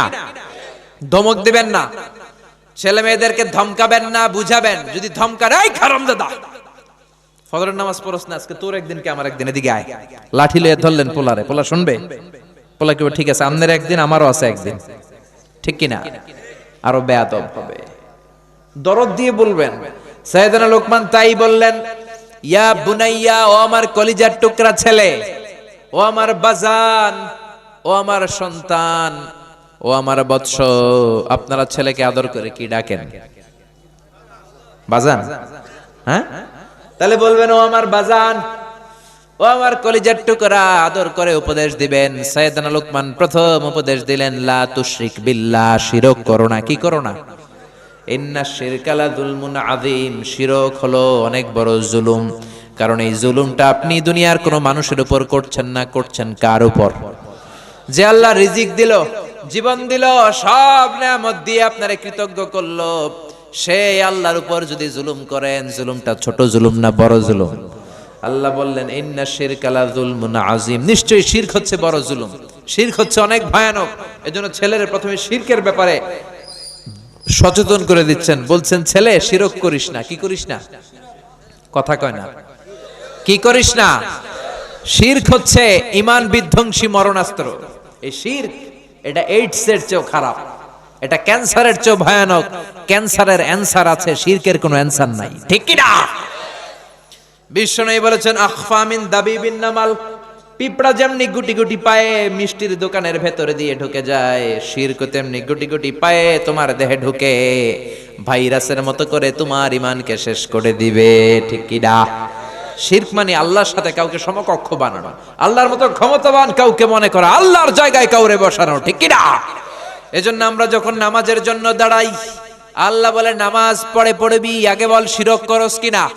আমরা বলি ওয়াজ্জাহাতু ওয়াজহিয়া লিল্লাযী ফাতারাস সামাওয়াতি ওয়াল আরদা হানিফাও ওয়া মা আনা মিনাল মুশরিকিন। না, আমরা মুশরিক না, আমরা শিরক করি না।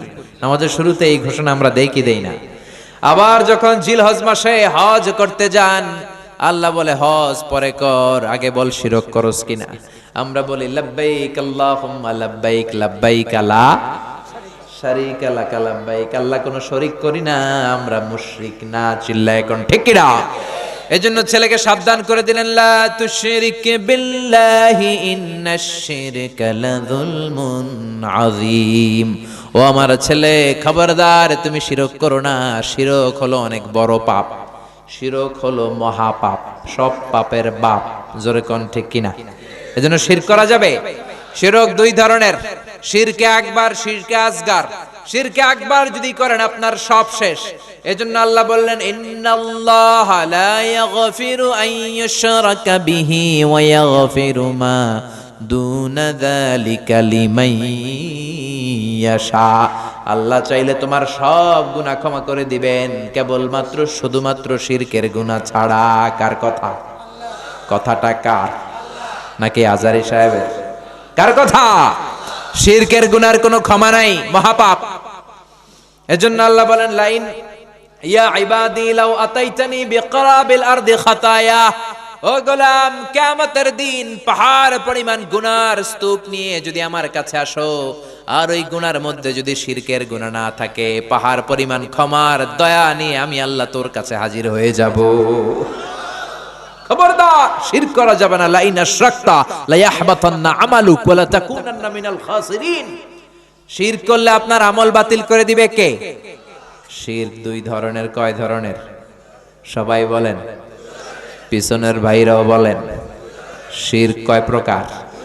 শিরকে আকবার, শিরকে আসগার, বড় শিরক, ছোট শিরক। শিরকে আকবার আবার তিন ধরনের। শিরক ফির রুবুবিয়া, রবের ক্ষেত্রে শিরক করা। আমাদের রব কে?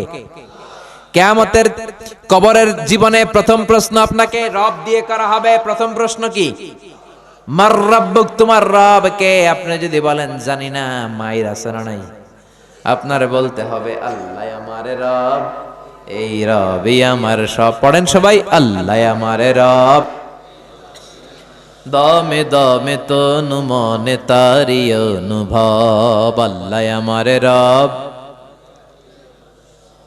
এজন্য রব হিসেবে আমরা মানি একজনকে, তিনি কে? আল্লাহ ছাড়া অন্য কাউরে যদি রব বানান, খবর আছে না নাই? এটা হচ্ছে শিরক ফির রুবুবিয়্যাহ। এরপর হচ্ছে শিরক ফিল উবুদিয়্যাহ। কষ্ট হচ্ছে? কথাগুলো কঠিন হয়ে যাচ্ছে? আমি চেষ্টা করছি সহজ করে বোঝানোর জন্য। সহজ করে কইতে আমায় কহজে, সহজ করে যায় না কওয়া সহজে, কিন্তু সহজ করে বলার চেষ্টা করতেছি। আর শিরকু ফিল উবুদিয়্যাহ, 2 নাম্বার হচ্ছে ইবাদতের ক্ষেত্রে আল্লাহ শিরক করা। ইবাদতের হকদার একজন, তিনি কে? সেজদা দেব একজনকে, তিনি কে? অনেকে আছে বিপদে পড়লে মসজিদে যায়, মসজিদে যেয়ে সেজদা দেয়, আবার মাঝে মাঝে মাজারে যেও সেজদা দেয়। আছে না নাই? এই এলাকায় নাই? বেশি সর্বনাশ, বিশেষ করে মহিলারা যায়। আহা, মায়েরা বোনেরা যাদের কানে আমার মাইকের আওয়াজ যায়, খবরদার, মাজারে যে সেজদা দিয়ে মুশরিকদের কাতারে তুমি নাম তুলো না। ঠিক কি না? বাধা দিবেন, নিষেধ করবেন, ইসলাম বুঝাবেন। নারীদেরকে ইসলাম শিখানো হয় না, কোরআনের কথাগুলো জানানো হয় না। নারীগুলো সন্তানের জন্য মাজারে যে সেজদা দেয়। মাজারে গেলে নাকি বাচ্চা হয়? হয় নাকি? মাজারে গেলে বাচ্চা হয়? আচ্ছা, মাজারে গেলে যদি বাচ্চা হয় আর মাজারে না গেলে যদি বাচ্চা না হয়, কুত্তার যে বাচ্চা হয়, কুত্তা কোন মাজারে যায়? ছাগল যে বাচ্চা দেয়, ছাগল কোন মাজারে মানত করছিল? প্রতি বছর যে গরু বাছুর দিতেছে, বাচ্চা দিতেছে, বিড়ালের যে বাচ্চা হয়, বিড়াল কোন দরবারে যায়? কথা বলেন, আকল খাটালেই বুঝা যায়। চিল্লায় কোন, ঠিক কি না? এজন্য মাজারের সেজদা দেয়া যাবে না, সেজদা দেবে একজনকে, তিনি কে? 3 নাম্বার শিরক ফিল আসমাই ওয়াস সিফাত, নামের ক্ষেত্রে, আল্লাহর গুণের ক্ষেত্রে কাউরে বসানো যাবে না। আমাদের দেশে ভয়ঙ্কর একটা শিরক আছে। আমরা আল্লাহর প্রিয় ওলি আব্দুল কাদের জিলানীরে ডাকি গাউসুল আজম বলি না? কিন্তু গাউসুল আজম কার নাম? গাউসে পাক হলো একজন, তিনি কে? গাউস মানে সাহায্যকারী, পাক মানে পবিত্র, পবিত্র সাহায্যকারী। আল গাউসুল আজম মানে মহান সাহায্যকারী, তো একজন, তিনি কে? এজন্য আব্দুল কাদের জিলানীর নামের আগে গাউসে পাক বলা যাবে? গেল শিরকে আকবার। এবার শিরকে আসগার মানে ছোট শির। কি শির? কথা কয় না। শুরুতে কইছে হুজুর এটা ক্লাস, এখন কথাই কয় না। কি শির? শিরকে আকবার করলে আপনি মুশরিক হয়ে যাবেন, কিন্তু শিরকে আসগার যদি করেন আপনি মুশরিক হবেন না, কিন্তু আপনার কবিরা গুনাহ হবে। তওবা করার দরকার আছে না নাই? বিশ্বনবী বললেন সবচেয়ে ভয়ঙ্কর শিরকে আসগার হলো আর রিয়া। কি? রিয়া মানে লোক দেখানো। লোক দেখানো কাজ আমরা করি কি করি না? হজ করছে, নামের আগে আলহাজ না লিখলে চেইতে যায়। আছে না নাই? পাবনাতে তো এই সাথিয়াতে সমস্যা তো এটা নাই না? আপনাদের এখন একই ঝামেলা তো। হজ করেছেন আপনি একজনকে দেখানোর জন্য, তিনি কে? সবার সামনে বলেন কেন? নামাজ পড়বেন কারে দেখানোর জন্য? এখন নামের আগে আলহাজ না লিখলে রেগে যায়। তা আপনি তো নামাজও পড়েন, আল মুসল্লি লাগান না কেন? আপনার লাগানো দরকার আল মুসল্লি, আস-সায়েম, আল মুজাক্কি, আল হাজ কুতুবুদ্দিন। আল মুসল্লি মানে নামাজি, আস-সায়েম মানে রোজাদার, আল মুজাক্কি মানে যাকাত দানকারী, আল হাজ মানে হজ পালনকারী, কুতুবুদ্দিন। সব লাগাইবেন আপনি, আপনার তো সব দরকার। হজ করবেন কারে দেখানোর জন্য? এজন্য নামের আগে আলহাজ লাগাবেন? লাগাবেন না। লোকে লাগাইলে লাগায়, আপনি পরিচয় দিয়েন না আমি আলহাজ মিজানুর রহমান আজহারি, কখনো দিবেন না। দিবেন? এটা রিয়া, লোক দেখানো মানসিকতা আপনার থাকলে আপনার সব শেষ, আমও শেষ, সালাও শেষ। ঠিক কি না? এরপরে বিশ্বনবী বললেন আল হালাফ বিগাইর ইসমিল্লাহ, আল্লাহর নাম ছাড়া যদি অন্য কারো নামে আপনি কসম করেন, এটাও ছোট শিরক। আল্লাহর নাম ছাড়া অনেক নামের কসম এই দেশে আছে না নাই? কয় হুজুর কোরআনের কসম, বিদ্যার কসম, মাটির কসম, মায়ের বুকের দুধের কসম, আমার মাতার কসম, আমার পোলার কসম, বলে না? পীর সাহেবের কসম, এরকম বলে কি বলে না? আল্লাহ ছাড়া কারো নামে কসম করা যাবে? একটু জিমায়ে পড়ছেন মনে হয় আপনারা। শেষ করে দেই, দোয়া করে দেই, আরো 2-1 মিনিট শুনবেন? আচ্ছা, তাকবীর দেন তাহলে, লিল্লাহি তাকবীর। আরো জোরে দেন, লিল্লাহি তাকবীর। কসম কাটবো একজনের নামে, তিনি কে? মনে থাকবে? এজন্য বিশ্বনবী বলতেন মান কানা হালিফান লা মাহালাতা ফালিয়াহলিফ বিল্লাহ। কারো যদি কোনো কারণে গুরুত্ব বোঝাবার জন্য কসম কাটতে হয়, একজনের নামে কাটবা, তিনি কে? এমনকি কাবা ঘরের নামে কসম করা যাবে না, কাবার কসম বলা যাবে না, বলতে হবে তারাব্বিল কাবা, কাবার রবের কসম। সব কসম হবে কার নামে? আর জোরে বলেন কার নামে? এরপরে বিশ্বনবী বললেন লা তিয়ারাতা ফিল ইসলাম, ইসলামে তিয়ারা নাই। তিয়ারা মানে শুভ অশুভ, কুলক্ষণ সুলক্ষণ, এগুলো ইসলামে নাই। আছে? জোরে বলেন আছে? শুভ অশুভ সুলক্ষণে কুলক্ষণে এগুলা নাই। লা তিয়ারাতা, লা তিয়ারাতা ফিল ইসলাম, ইসলামে কোনো তিয়ারা নাই। আমরা শুভ অশুভ সুলক্ষণ কুলক্ষণ কুফা এগুলোতে বিশ্বাস করি কি করি না? ক্রিকেট খেলা দেখতেছে, এক বন্ধু ঘরে ঢুকছে, এই বেটা তুই বেরো, তুই ঢুকলেই মাশরাফি আউট হয়ে যায়, তুই একটা কুফা। বলেন এগুলা? বলে বলে এগুলো বলা যাবে না। নতুন বউ আসছে, শাশুড়ি কয় মা নতুন আসছে একটু চা বানায় খাও। নতুন রান্নাঘর, নতুন সবকিছু, কিছু বুঝে নাই, চা বানাইতে যায় কাপ পরে ভেঙে গেছে। সবাইকে বউটা ভালো না রে, বউটা অপয়া, বউটা কুলক্ষণে, বলে না? এগুলো বিশ্বাস করা যাবে? ইসলাম বলে বিশ্বাস করবা তকদিরের উপর, ওয়াল কাদার খাইরিহি ওয়া শাররিহি মিন আল্লাহ। ভালো হোক মন্দ হোক করতে পারে একজন, তিনি কে? কেউ যেটা পারে না পারে কে? কেউ যেটা দেখে না দেখে কে? কেউ যেটা দেয় না দেয় কে? এরপরে বিষ্ণু বলেন ইতিয়ানুল আররাফিন, গণকের কাছে যাওয়া যাবে না। গণক চিনেন? কি করে? গণে ভবিষ্যৎ বলে, ভবিষ্যৎটা একজন জানে, তিনি কে? এজন্য গণকের কাছে যাওয়া যাবে? তবে যাবেন, যে জিজ্ঞেস করবেন গণক বাবা আপনি চেম্বার দিয়েছেন কেন? গণক বলবে আমি সব জানি, ভবিষ্যৎ সব বলে দিতে পারি, আগে আগে কি হবে সব জানি। বলার সাথে সাথে 40 কেজি ওজনের এক থাপ্পড় দিবেন গালে। থাপ্পড় দেওয়ার পরে যদি রেগে যায় আপনি বলবেন রাগেন কেন? আপনি তো সব জানেন, আমি যে থাপ্পড় দিব এটাও তো জানার কথা। আমি এসে যে আপনারে থাপ্পড় দিব, আপনি তো ভবিষ্যৎ জানেন, আমি যে থাপ্পড় দিব এটাও জানেন, যাই না সেই না থাপ্পড়টা খাইলেন কেন? আমার থাপ্পড় থেকে বাঁচার জন্য দৌড় দিলেন না কেন? ঠিক কি না? করতে পারবেন এরকম? গণকের কাছে যাওয়া যাবে না। আবার দেখবেন হাতের রেখা দিয়ে কয় হাতের রেখা নাকি ভাগ্য আছে, ম্যাগনিফাইং গ্লাস আছে, এরকম এক চোখ বন্ধ করে এমনি এমনি দেখে, হাত দিলে গ্লাস দিয়ে ভেবে দেখে, উল্টা পাল্টা বলে যে হ্যাঁ তোমার তো অনেক ভাগ্য, তুমি পাবনার সাথিয়ার মানুষ, তুমি সৌদি আরবে যাবা, অনেক টাকা হবে তোমার, বিয়ে হবে কিছুদিন পরে, উল্টা পাল্টা বলে। এগুলোর সাথে ইসলামের কোনো সম্পর্ক? তারপর অনেকে টিয়া পাখি নিয়ে বসে থাকে, আছে না নাই? টিয়া নাকি ভাগ্য বলে দেয়। ভাগ্য আল্লাহ ছাড়া কেউ জানে? জোরে বলেন। এরপরে রাশিফল বাবা, এদের কাছেও যাওয়া যাবে না। মেষ রাশি, বৃষ রাশি, কর্কট রাশি, তুলা রাশি, সিংহ রাশি, কন্যা রাশি, আছে না নাই? যাওয়া যাবে?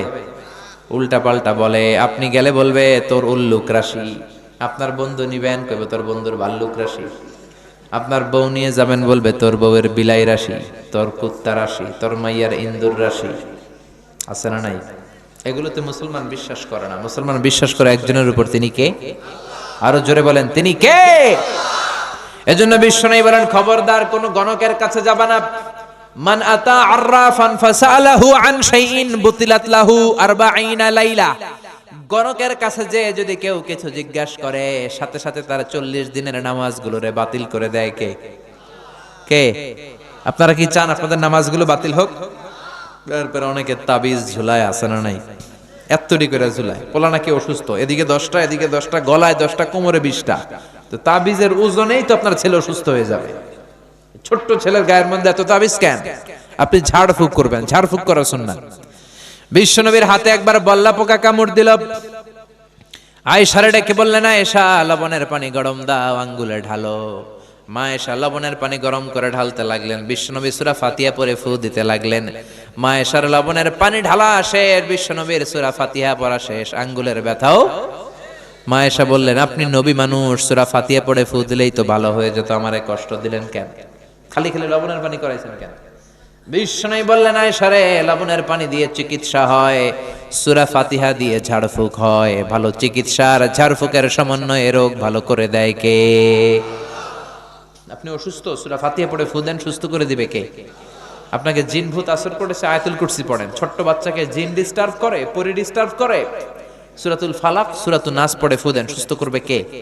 বিশ্বনবী তাবিজ দেখলে ছিঁড়ে ফেলতেন, সাহাবারাও ছিঁড়ে ফেলতেন, তাবিজ ঝুলাতেন না তারা। কোরআনের আয়াত দিয়ে দেওয়া যাবে কিনা এটা ইখতিলাফি মাসআলা, নির্ভরযোগ্য কথা হচ্ছে না দেওয়াই ভালো। আপনি ঝাড়ফুঁক করবেন, ঠিক কি না? যেহেতু বিশ্বনবী ঝাড়ফুঁক করতেন, ছেলেপেলারা এখন তাবিজ ঝুলায়। এরপরে দেখবেন বাংলাদেশে সাদা আর লাল কালারের একটা আজমি শরীফের সুতা আছে, পাবনাতে তো এগুলো ঢুকে নাই, ঢুকছে? এক ছেলেরে দেখলাম পরীক্ষার রাতে টোটো করে ঘুরে, আমি বললাম এদিকে আয়, তোর না পরীক্ষা পড়স না কেন? কই যে হুজুর আজমির শরীফের সুতা আছে আমার এ প্লাস ঠেকায় কে? এরকম নাদান কপাল পড়া আছে না নাই? জোরে বলেন। এরপরে খবরদার, দাঁত পড়লে ইন্দুরের গর্তের কাছে যায়, ইঁদুরের গর্ত। এই দেশে মনে হয় এটা নাই, সব মিলে যাচ্ছে না, পুরো বাংলাদেশে একই সিস্টেম। দাঁত পড়ে গেলে ইঁদুরের গর্তের কাছে যেয়ে বলে, ইন্দুর মামা আম্মাই কইছে আমনে আমার বড় মামা, আমার মোটা দাঁত নিয়ে আপনার চিকুন দাঁত দেন। ইঁদুর আপনারা দাঁত দিবে? দাঁত দিবে কে? আশরাফুল মাখলুকাত। তার রুচি কতটা নিচে নামলে ইঁদুরের গর্তে যেয়ে মানুষ, সেরা মানুষ যে দাঁত চায়, নাদান, এগুলো ডাকাত, ঠিক কি না? এজন্য খবরদার এগুলো করবেন না। এরপরে দেখা যায় ট্রাকের পিছনে জুতা ঝুলায় রাখে। আমি তো বিভিন্ন হাইওয়েতে ঘুরি, এই জেলা থেকে ওই জেলা, রাতে রাতে মাঝে মাঝে দেখি বিভিন্ন ট্রাকের পিছনে সিরা জুতা। জিজ্ঞেস করলাম কি রে সিরা জুতা কেন? কয় হুজুর বদ নজর লাগে, বদ নজর থেকে বাঁচা। অনেকে বদ নজর দেয়, তো কয় যেটা বদ নজর দিল আমার সিরা জুতা যাইয়া ওর গালের উপর পড়লো। তো ট্রাক বাঁচানোর জন্য তাওয়াক্কুল করলো সিরা জুতার উপর, আল্লাহর উপর তাওয়াক্কুল করতে পারে না। ওরে বাঁচাবে কে? ও তো এমনি রাস্তায় দুর্ঘটনা ঘটে মরবে, ঠিক কি না? এজন্য এগুলো করবেন না। আবার অনেক ড্রাইভার মাজারের সামনে দিয়ে গাড়ি স্লো করে ফেলে, দ্রুত চালায় না। জিজ্ঞেস করলাম স্লো করস কেন? কয় বাবায় অনেক গরম, গরম বাবা শুয়ে আছে। তো আল্লাহর ওলিরা তো মানুষের উপকার করে, এদিকে যদি কোনো গরম বাবা থাকে যার পাশ দিয়ে গাড়ি চালালে গাড়ি উল্টায় ফেলায়, তাহলে এটা কি বাবা না ডাকায়? বাবা না সন্ত্রাস? মানুষ মারা কি ভালো মানুষ? এজন্য এগুলো করা যাবে। এরপরে বাচ্চাদের কপালে টিপ দেয় কি দেয় না? কাজলের কালো গোল গোল টিপ আছে না নাই? এগুলো দিবেন না। ফালাক আর নাস পড়ে ফু দিবেন, পৃথিবীর কোন শক্তি বাচ্চার ক্ষতি করতে পারবে? সূরাতুল ফালাক, সূরাতুন নাস মুখস্থ আছে না? দুইটাকে একসাথে বলে আল মুআউযিজাতান। বিশ্বনবীকে লাবিদ ইবনুল আসাম, ইহুদিদের মিত্র, জাদু করলো, ব্ল্যাক ম্যাজিক। এই ব্ল্যাক ম্যাজিকে বিশ্বনবী 4 মাস, কোন বর্ণনায় 6 মাস টানা অসুস্থ ছিলেন। সূরা ফালাক আর নাস আল্লাহ নাজিল করলেন, সুস্থ করে দিল কে? এজন্য সূরা ফালাক আর নাস পরে ফু দিবেন। দুইটারে বলে মুআউযিজাতান। কালো টিপ দিবেন না। অবাক করা কাণ্ড, আমার বাসার অনেক প্রাচীন পুরাতন একটা অ্যালবাম আমি খুঁজে পেলাম বাসায়। অ্যালবাম ঘাটতে ঘাটতে দেখি আমার বয়স যখন 6-7, আমার কপালে এরকম কালো টিপ দেওয়া। আম্মারে ধরলাম, কালো টিপ দিছো কেন? কয় তোর নানি কইছে। নানিরে ধরলাম, তুমি কইছো কেন? কয় তোর বড় আম্মা কইছে। বড় আম্মার দুনিয়াতে বাইসা নাই, ধরতে পারি নাই। এরকম ঝামেলা অনেক জায়গায় আছে না নাই? এগুলো দিবেন না। তাওয়াক্কুল করবেন কার উপর? এরপর আমাদের এলাকায় বলে পরীক্ষার দিন সকালে ডিম খাবি না, সাবধান, ডিম খাইলে পরীক্ষায় তুই ডিম পাবি। বলে এগুলা, বলে, বিশ্বাস করবেন না। এরপরে বলে জট কলা খাবি না, লেগে থাকে একসাথে। জট কলা খেলে নাকি যমজ পোলা হয়, বলে না? যমজ ছেলে হলে তো ভালো, 2 বারের কাম একবারে সারল, ঠিক কি না? 2 বার মায়ের কত কষ্ট, একবারে যদি 2 বাচ্চা হয়ে যায় আরো সহজ না? এরপর বলে হাত চুলকালে নাকি টাকা আসে, বলে। আবার বলে মাথার মধ্যে যদি 2 গিট থাকে তোর বিয়ে হবে 2টা। এগুলো মুসলমানরা বিশ্বাস করতে পারে? এই জন্য সাইয়েদানা লোকমান তার ছেলেরে বললেন, লা তুশরিক বিল্লাহি ইন্নাশ শিরকা লাযুলমুন আযীম। খবরদার, আল্লাহর সাথে শিরক করো না, শিরক হলো বড় অপরাধ। আল্লাহু আকবার। প্রথম উপদেশ শিরক করো না। প্রথম উপদেশ কি শুনবেন? 10টা, 5টা শুনেন। 10টাই? আচ্ছা, সংক্ষেপে বলবো। 2 নাম্বার ছেলেরে বললেন, ইয়া বুনাইয়া ইন্নাহা ইন তাকুম মিসকালা হাববাতিন মিন খারদালিন ফাতাকুন ফি সাখরাতিন আও ফিস সামাওয়াতি আও ফিল আরদি ইয়াতি বিহাল্লাহ ইন্নাল্লাহা লাতীফুন খাবীর। ও আমার ছেলে, তুমি ছোট্ট কোনো ভালো করো কিংবা মন্দ করো, আরে কাজ তুমি আকাশে উঠে করো, পাহাড়ে ঢুকে করো, কিংবা জমিনের ভিতরে ঢুকে করো, কেউ দেখে না, দেখে কে? কেউ যেটা দেখে না, দেখে কে? কেউ যেটা শোনে না, শোনে কে? ছেলেরে সাবধান করায় দিচ্ছেন। বাবা প্রথমে বলল শিরক করিস না, তারপরে বলল বাবা তুমি ছোট্ট ভালো কাজ করো বা খারাপ কাজ করো, কিয়ামতের দিন ওই ছোট্ট কাজটাকে তোমার সামনে হাজির করবে কে? এজন্য ছোট্টবেলা থেকে ছেলের মাথায় আল্লাহর ভয় ঢুকায় দিবেন। কার ভয়? আরো জোরে বলেন, কার ভয়? আল্লাহ সব দেখেন, সব জানেন, সবার চোখ ফাঁকি দেয়া যায়, আল্লাহর চোখ ফাঁকি দেয়া যায় নাকি? পুলিশের চোখ ফাঁকি দেয়া যায় কি যায় না? দুদকের কর্মকর্তার চোখ, বিমানবন্দরের কাস্টমস অফিসারের চোখ, পরীক্ষার হলের ম্যাজিস্ট্রেটের চোখ, কিন্তু আমার আল্লাহর চোখ ফাঁকি দেয়া যায়? কেউ যেটা দেখে না, দেখে কে? রাত্রিবেলা দরজা বন্ধ করে, লাইট বন্ধ করে, জানালা বন্ধ করে একা একা পাপ কাজ করলেন, কেউ দেখে নাই, দেখলো কে? ছেলেরে ছোট্টবেলা থেকে বুঝাই দিবেন, বাবা তুমি যাই করো না কেন, দেখছেন কে? এই সেন্স অফ অ্যাকাউন্টেবিলিটি, জবাবদিহিতার চিন্তা যদি ছেলের মাথায় ইনস্টল করে দিতে পারেন, এই তাকওয়া নামক সফটওয়্যার যদি ছেলের মাথায় ছোট্টবেলা থেকে ঢুকায় দিতে পারেন, এই ছেলে ডাকাত হবে না, এই ছেলে টেন্ডারবাজ হবে না, এই ছেলে ইফটিজিং করবে না, এই ছেলে খাদিজারে কোবাবে না, এই ছেলে তনুর মতো মেয়েকে ধর্ষণ করবে না, এই ছেলে 31st নাইটে আর বৈশাখের দিন মেয়ের ওন্না ধরে টান দিবে না। চিল্লা এখন ঠিক কিনা? এজন্য ছোট্টবেলা থেকে শিখান। ছোট্ট ছেলেরা স্কুলে যায়, বন্ধুর জ্যামিতি বক্স নিয়ে আসে, আরেক বন্ধুর পেন্সিল নিয়ে আসে চুরি করে, কলম নিয়ে আসে, আসে না? শিখাই দিবেন, বাবা আরেকজনের জিনিস যদি নিয়ে আসো এটা চুরি। ও বাবা রাস্তা দিয়ে হেঁটে যাও, রাস্তার মধ্যে 500 টাকার কচকচে নোট পড়ে আছে, ধরা যাবে? শিখাতে হবে তো। মুরগির পেট থেকে বেরোলেই ওটা মুরগি, ছাগলের পেট থেকে বেরোলেই ছাগল, গরুর পেট থেকে বেরোলেই গরু, কিন্তু মানুষের পেট থেকে বেরোলেই ওটা মানুষ হয় না, ওটার মানুষ বানাইতে হয়। ঠিক কি না? এজন্য ছেলেরা শিখাবেন, আল্লাহ সব দেখে, সব শুনে। 7 আকাশ, তার উপরে সিদরাতুল মুনতাহা, তার উপরে কোরআনের বাড়ি লাউহে মাহফুজ, তার উপরে বাইতুল মামুর, তার উপরে আল্লাহর আরশ, আরশের উপর আল্লাহর কুরসি, তার উপরে আল্লাহর 70,000 নূরের পর্দা। এত উপর থেকে সপ্ত জমিনের নিচেও কোন পিপিলিকা যদি, পিঁপড়া যদি নীরবে নিঃশব্দে হেঁটে যায়, ওই পিঁপড়ার পায়ের আওয়াজটাও শুনতে পায় কে? ছেলেরা ছোট্টবেলা থেকে বুঝাতে হবে। বাচ্চারে ছোট্টবেলা থেকে শিখাবেন, অন্যায় করিস না, মিথ্যা বলিস না, কারো জিনিস নিয়ে আসবি না। রাস্তা দিয়ে হেঁটে যাচ্ছ, আম বাগানে আম পেকে আছে, টুক করে একটা আম ব্যাগের ভিতরে ভরে স্কুল থেকে নিয়ে আসলা, কেউ দেখে নাই, দেখলো কে? এই চিন্তাগুলো ছেলের মাথায় দিয়ে দেওয়ার দরকার আছে না নাই? মেয়ের মাথায় ঢুকায় দেওয়ার দরকার আছে না নাই? 3 নাম্বার ছেলের উপদেশ দিচ্ছেন, ইয়া বুনাইয়া আকিমিস সালাতা ওয়া আমুর বিল মা'রুফি ওয়ানহা আনিল মুনকার। ছেলের 3 নম্বরে বলা হলো আকিমিস সালাহ, নামাজ কায়েম করো। ও বাবা নামাজ ছাড়বি না, কেননা বিশ্বনবী বলেছেন আউয়ালু মা ইউহাসাবু বিহিল আবদু ইয়াউমাল কিয়ামাতি আস-সালাহ। কিয়ামতের দিন সর্বপ্রথম যে হিসাব আল্লাহ চাইবেন সেটা নামাজের হিসাব। ঠিক কিনা? নামাজের হিসাব যদি সহজ হয়ে যায়, পুরো আমল নামার হিসাবকে সহজ করে দিবে কে? নামাজের হিসাবে গন্ডগোল লাগলে সব গন্ডগোল করে দিবে কে? এজন্য বিশ্বনবী বলতেন মুরু সিবিয়ানাকুম বিস-সালাতি ওয়া হুম 7 সিনিন। ছেলের বয়স, মেয়ের বয়স যখন 7 বছর হয়ে যায়, নামাজের আদেশ দাও। দিবেন তো? কি দিবেন? নামাজের আদেশ।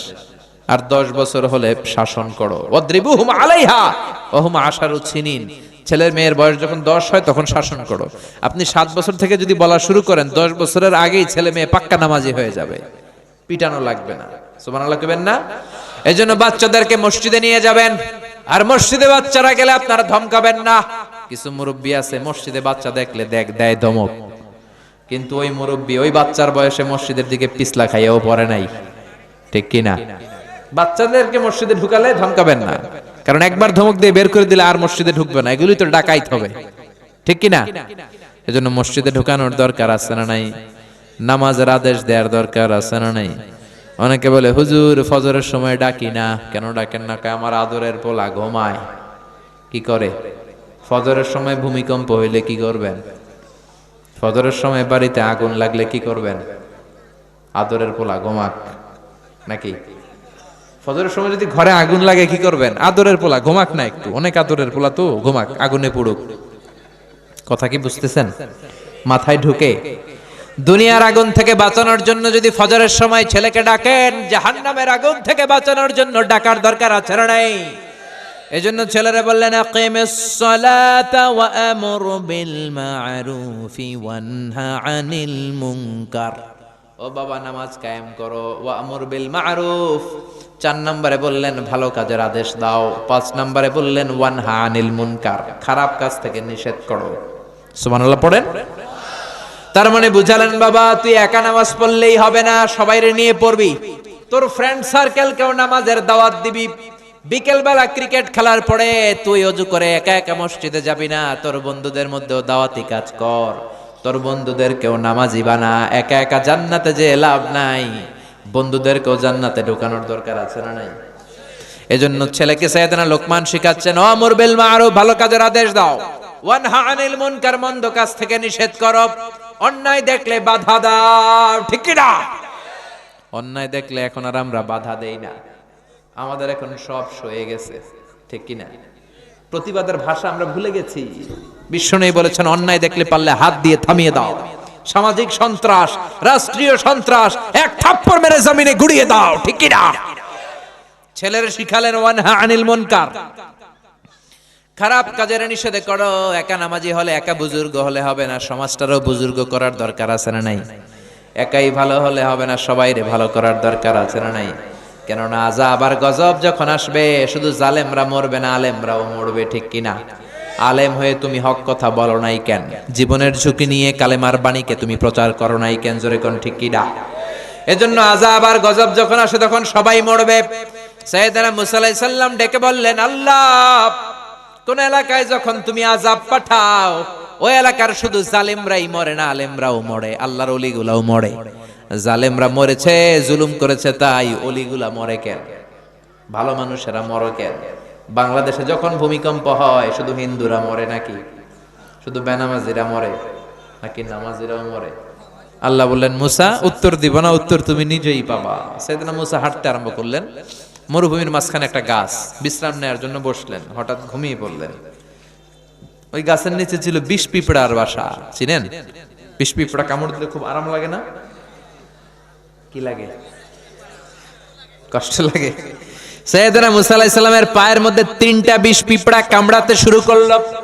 বিষ পিঁপড়ার কামড়ের ব্যথায় ঘুম ভেঙে গেল, রাগে গড়গড় করতে আরম্ভ করলেন। এই নবীর মেজাজ একটু নরম না গরম? বেশি না কম? ওইটা দেখে বিষ পিঁপড়ার বাসা, পায়ে 3টা কামড়াইতেছে, খরমের জুতা পরে বিষ পিঁপড়ার বাসা ভাঙা শুরু করলেন। একটা একটা পিঁপড়ারে পা দিয়ে পিষে পিষে মারতে শুরু করলেন। সব পিঁপড়া মারা শেষ, এবার ঠান্ডা হলেন, রাগ মিটাইছে। আল্লাহ ডেকে বলে মুসা তোমারে কামড় দিয়েছিল কয়টা পিঁপড়া? জোরে কোন কয়টা? সবগুলারে মারলা কেন? সব পিঁপড়া মারলা কেন? সব তো কামড়ায় নাই। মুসারে আমি যখন আযাব দেই, আমি যখন গজব দেই, শুধু জালেমদের উপরে আমার আযাব যায় না, ওই এলাকার আলেমদের উপরেও আগে আগে যায়। ঠিক কিনা? একা একা আলেম হইছো, জিকির করে তোমারে বড় আল্লাহর ওলি হইতে কইছে কে? এলাকার সবাইরে আল্লাহর ওলি বানাও নাই কেন? সমাজটারে সংস্কার করো নাই কেন? অন্যায় অপরাধ জুলুম নিপীড়ন সমাজ থেকে দূর করো নাই কেন? চিল্লা এখন ঠিক কিনা? এজন্য ছেলেরা শিখালেন ও আমরু বিল মা'রুফ ভালো কাজের আদেশ দাও, ওয়ানহা আনিল মুনকার অন্যায় কাজের বাধা দাও। তারপরে বললেন ওয়াসবির আলা মা আসাবাক বিপদে ধৈর্য ধরো। ছেলেরা শিখাচ্ছেন বাবা তুই যদি নামাজি হস, তুই যদি সৎ কাজের আদেশ দিস আর অন্যায় কাজের নিষেধ করিস, এই জাতীয় লোকদের উপর আযাব আর গজব আছে না নাই? কেউ যদি হকের কথা বলে, নামাজি হয়, সমাজটারে নামাজি বানাতে চায়, সমাজটারে ইসলাম দিয়ে সাজাতে চায়, বাতিলের তীর তার পিঠকে ঝাঁঝরা করে দিবে। বাতিল শক্তি তার পেছনে উঠে পড়ে লেগে যাবে। কেমন করে তারে দমানো যায়, কেমন করে তারে থামানো যায়, কেমন করে তার আওয়াজকে স্তব্ধ করে যায়, সব বাতিলগুলো তার পিছনে লেগে যাবে। চিল্লা এখন ঠিক কিনা? এজন্য ছেলেরা সাবধান করে দিচ্ছেন বাবা ওয়াসবির আলা মা সাবাক নামাজ কায়েম করবি, সমাজটারে নামাজ দিয়ে সাজাবি। অসৎ কাজ থেকে মানুষকে যদি বিরত রাখতে বলিস, সমাজে তুমি আরামসে থাকতে পারবা না। এই পথটা এত সোজা না, এই পথটা কুসুমাস্তীর্ণ নয়, এটা কণ্টকাকীর্ণ। হকের কথা বললে কেউ আপনারে লাল গালিচার সংবর্ধনা দিবে না, হকের কথা বললে কেউ আপনারে ফুল দিবে না, সবাই মাইট দিবে। হকের কথা বললে মাইর আছে না নাই? সব নবীরা মাইর খেয়েছে কি খায় নাই? বিশ্বনবী শিয়াবে আবি তালেবে জেল খাটছে কয় বছর? আপনি খাটছেন কয় বছর? আমি খাটছি কয় বছর? বিশ্বনবী উহুদের ময়দানে দাঁত ভাঙলেন, তায়েফের ময়দানে রক্ত ঝরালেন। আপনি বছরের পরে বছর দাওয়াত দেন, কেউ আপনার ধমকিও দেয় না, তার মানে আপনার দাওয়াত আসল দাওয়াত না? চিল্লায় কোন ঠিক কিনা? ওয়া আমর বিল মা'রুফ, ভালো কাজের আদেশ দাও, ওয়া নাহা আনিল মুনকার, খারাপ কাজ থেকে নিষেধ করো। হকের দাওয়াত যদি দেন, বাস্তব কথা যদি বলেন, আপনি আপনার এলাকায় থাকতে পারবেন না, আপনাকে এলাকা ছাড়তে হবে, আপনাকে সব বিসর্জন দিতে হবে। চিল্লায় কোন ঠিক কিনা? ছেলেরে বললেন, বাবা অসবির, বিপদে ধৈর্য হারাবা না, ধৈর্য ধারণ করবা। এরপরে বললেন, ওয়ালা তুসাইর খাদ্দাকা লিন্নাস, আমার বাবা সামাজিক হবি, মানুষ থেকে বিচ্ছিন্ন হবি না, মানুষ থেকে নাক ছিটকাবা না। ছেলেকে সামাজিকতা শিক্ষা দিচ্ছেন, এটারও কিন্তু দরকার। অনেক ছেলে আছে সমাজে মিশতে পারে না, গণবিচ্ছিন্ন, কারোর সাথে কথা বলতে পারে না, এরকম আছে না নাই? সাইয়েদনা লোকমান ছেলেরে শিখাইয়ে দিলেন, ওয়ালা তুসাইর খাদ্দাকা লিন্নাস, ও বাবা মানুষ দেখে নাক ছিটকাবা না, মুখ সরাবা না, বরং মানুষ দেখলে মুচকি হাসি দাও, সালাম দাও, মুসাফা করার জন্য হাত বাড়িয়ে দাও, জিজ্ঞেস করো আপনি কেমন আছেন, ঠিক কিনা? বিশ্বনবী কাউরে দেখলেই মুচকি হাসি, আগে আগে সালাম, হাত বাড়ায় দিতেন। কিন্তু আমাদের সমাজে কিছু লোক আছে সারা বছরও একটা হাসি দেয় না, আছে না নাই? মুখটা এরকম করে রাখে, এগুলো দেখতেই পারি না আমি। বিশ্বনবী সবসময় মুচকি হাসতেন, সবসময় মুচকি হাসবেন, সালাম দিবেন, কেমন আছেন হাত বাড়ায় দিবেন। আপনার জীবনটারে বরকত দিয়ে ভরে দিবে কে? এরপরে ছেলেরা বললেন, ওয়ালা তামশি ফিল আরদি মারাহা, অহংকার ভরে হেঁটো না, অহংকারীকে কেউ পছন্দ করে না। আল্লাহ বললেন, আল কিবরিয়া উরিদা, অহংকার আমার চাদর, ওয়াল আযামাতু ইজহারি, বরত্ব আমার লুঙ্গি। আমার কোন গোলাম যদি অহংকার করে, সেজন্য কেমন আমার চাদর নিয়ে টানাটানি করে, আর যে আমার চাদর ধরে টান দেয়, কোনো সন্দেহ নাই ওরে আমি জাহান্নামে ঢুকাবো। নাউজুবিল্লাহ পড়েন। এজন্য ছেলেরা বললেন, ওয়ালা তামশি ফিল আরদি মারাহা, অহংকার করে রাস্তা দিয়ে হেঁটো না। ইন্নাল্লাহা লা ইউহিব্বু কুল্লা মুখতালিন ফাখুর, অহংকারীকে আল্লাহ পছন্দ করে।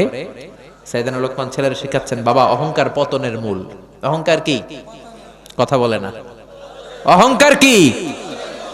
লা ইয়াদখুলুল জান্নাতা মান কানা ফি কলবিহি হাববাতু খারদাল মিনাল কিবার, যাররা পরিমাণ অহংকার যদি কোনো মানুষের অন্তরে থাকে, ওই লোকটা জান্নাতে প্রবেশ করতে পারবে।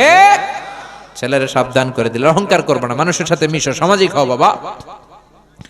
সব শেষে 9 নম্বরে বললেন, ওয়াকসিদ ফি মাশিকা ওয়াগদুদ মিন সাউতিকা ইন্না আনকারাল আসওয়াতি লা সাউতুল হামির। পড়েন সুবহানাল্লাহ। ওয়াকসিদ ফি মাশিক, রাস্তা দিয়ে বিনয়ের সাথে হাঁটো, কোমল ভাবে হাঁটো। কিছু যুবক ছেলেরা আছে 5-7 জন একসাথে হইলে রাস্তায় আর কাউরে চোখে পড়ে না, মুরব্বীদেরকে দামই দিতে চায় না, কারণ রক্ত গরম, আছে না নাই? এরকম আছে না নাই? যুবক ভাইয়েরা আমার সাবধান, যাদেরকে বুড়া বলে গালি দাও, যাদের দাড়িটা পেকে গেল, তাদের দাড়িও একদিন কালো ছিল, তারাও একদিন তোমাদের মতো তাগড়া যুবক ছিল। তারা যখন রাস্তা দিয়ে দৌড় দিত, সবাই তাকিয়ে থাকতো, কি সুদর্শন পুরুষ ছিল তারা। কালের বিবর্তনে, সময়ের আবর্তনে তাদেরকে বুড়া বানায় দিছে কে? তোমারও একদিন থুরথুরে বুড়া বানায় দিবে কে? এজন্য মুরব্বীদেরকে সম্মানের দরকার আছে না নাই? বাসের মধ্যে তুমি সিট পেয়েছো, 80 বছরের মুরব্বী বাজান দাঁড়িয়ে আছে, সিট ছেড়ে দাও, মুরব্বীরে বসতে দাও, তোমার জীবনটারে বরকত দিয়ে ভরে দিবে কে? এজন্য 5-7 জন যুবক একসাথে হলে রংবাজি কইরো না। তোমার রক্ত গরম, এই রক্ত ঠান্ডা করে দিতে পারে কে? তোমার চেয়ে অনেক বড় দাপটওয়ালা পৃথিবীতে ছিল, আজকে কেউ তাদের নাম নেয় না, ঠিক কি না? এজন্য সাবধান, যুবকগুলো একসাথে হলে ভদ্রভাবে চলবা। 5টা-7টা ছেলে পেলে একসাথে হইলে আর কাউরে চোখে পড়ে না। মেয়ে দেখলে হাসাহাসি, মুরব্বী দেখলে রাস্তায় জায়গা দেয় না, মনে হয় ওর বাবার রাস্তা, আছে না নাই? আর হুন্ডার সাথে থাকলে তো কথাই নেই, যদি হুন্ডা থাকে একটা করে আর ওগরে পায় কে? এজন্য ছেলেরা শিখালেন, ওয়াকসিদ ফি মাশিক, বাবা বেয়াদবের মতো রাস্তা দিয়ে চলো না, বিনয়ের সাথে। রহমানের বান্দাদের বৈশিষ্ট্য হচ্ছে তারা বিনয়ের সাথে হাঁটে। ওয়া ইবাদুর রাহমানিল্লাযীনা ইয়ামশুনা আলাল আরদি হাওনাও ওয়া ইযা খাতাবাহুমুল জাহিলুনা ক্বালু সালামা। রহমানের বান্দারা যখন হাঁটে অহংকার করে হাঁটে না, বিনয়ের সাথে হাঁটে। সুবহানাল্লাহ। সর্বশেষ উপদেশ ওয়াকদুদ মিন সাউতি, কণ্ঠটারে নিচু রাখো, বড় গলায় কর্কশ গলায় চিল্লাফাল্লা করো না। যারা বড় গলায় কথা বলে এদের আওয়াজকে আল্লাহ গাধার আওয়াজের সাথে তুলনা করলেন। কার আওয়াজ? কার আওয়াজ?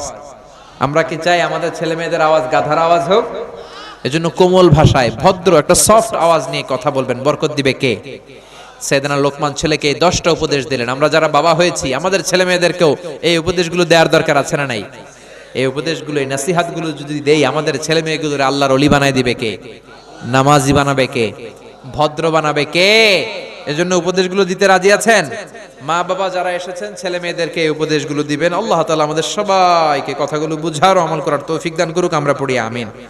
যতগুলো কথা বলেছি কোরআন হাদিসের আলোকে বলেছি, বানিয়েও কিছু বলি নাই। তারপরেও আমার মনের অজান্তে কোনো মিস ইনফরমেশন যদি আমার মুখ ফসকে বের হয়ে যায়, আল্লাহ তাআলা যেন স্মৃতিপট থেকে মুছে দেয়। আমরা পড়ি আমিন। সত্য, সুন্দর, কল্যাণকর, হকের পক্ষে যা বললাম তার সবটুকুন আল্লাহ তাআলা প্রথমে আমাকে, আপনাদের সবাইকে আমলের তৌফিক দান করুক। আমরা পড়ি আমিন। আমাকে যারা ইনভাইট করেছেন শুকরিয়া। আজকের সভাপতি সাহেবকে শুকরিয়া, বিশেষ করে আমার প্রিয় ভাই আব্দুল্লাহ আল মামুন, কোরআনের জন্য এক নিবেদিত প্রাণ, আল্লাহ তাকে কবুল করুক। আপনারা যারা এসেছেন আল্লাহ তাদের সবাইকে কবুল করুক। এই মাদ্রাসাকে কবুল করুক। মহিলা প্যান্ডেলে যারা এসেছে সবাইকে আল্লাহ কবুল করুক। আপনারা ভালো থাকবেন, সুস্থ থাকবেন, কোরআনের সাথে থাকবেন। আবারও হয়তো দেখা হয়ে যাবে কোনো তাফসিরুল কোরআনের ময়দানে। তবে আপনাদের কাছে অনুরোধ, এই লম্বা সময় করে মাহফিল করার ট্রেডিশনটা বাদ দেন। এ রাত 1টা 1:30টার দিকে বাড়িতে যাবেন, অনেকে ঘুমের কারণে ফজর পড়তে পারবে না। বিশ্বনবীর বক্তব্যগুলো ছিল ছোট। বিশ্বনবী বলেছেন, one of the minor sign before the day of judgement your Islamic lectures will be very longer and your offering salah 5 times a day will be very shorter. কিয়ামতের আগে তোমাদের বক্তব্যগুলো লম্বা হয়ে যাবে, নামাজ খাটো হয়ে যাবে। বক্তব্য হওয়া দরকার ছোট, নামাজ হওয়া দরকার লম্বা, ঠিক কি না? আমরা করি উল্টা। বসেন, এখনই দোয়া হবে। সুবহানাকাল্লাহুম্মা ওয়া বিহামদিকা আশহাদু আল্লা ইলাহা ইল্লা আনতা আস্তাগফিরুকা ওয়া আতুবু ইলাইক। এটা আমি করি না, করতে জানি না আসলে। এটা কি? ইসলামের ইতিহাসের প্রফেসর 1000 টাকা দিয়েছে, আল্লাহ কবুল করুক। আমরা পড়ি আমিন। সবাই বসেন, এখনই দোয়া হবে, এখনই দোয়া হবে। আর মাদ্রাসার জন্য যারাই দান করতে চান আপনারা স্বেচ্ছায় দান করবেন, যার যেরকম মন চায়। 10,000, 5,000, 500, মাশাআল্লাহ। এখানে দান করেছে একজন 2,000, আল্লাহ কবুল করুক। যারা দান করতে মনে চায় এখানে দান করবেন, সবার জন্য দোয়া হবে। বসেন, দোয়া করে দিই। আস্তাগফিরুল্লাহাল্লাযী লা ইলাহা ইল্লা হুয়াল হাইয়ুল কাইয়্যুম ওয়া আতুবু ইলাইহি।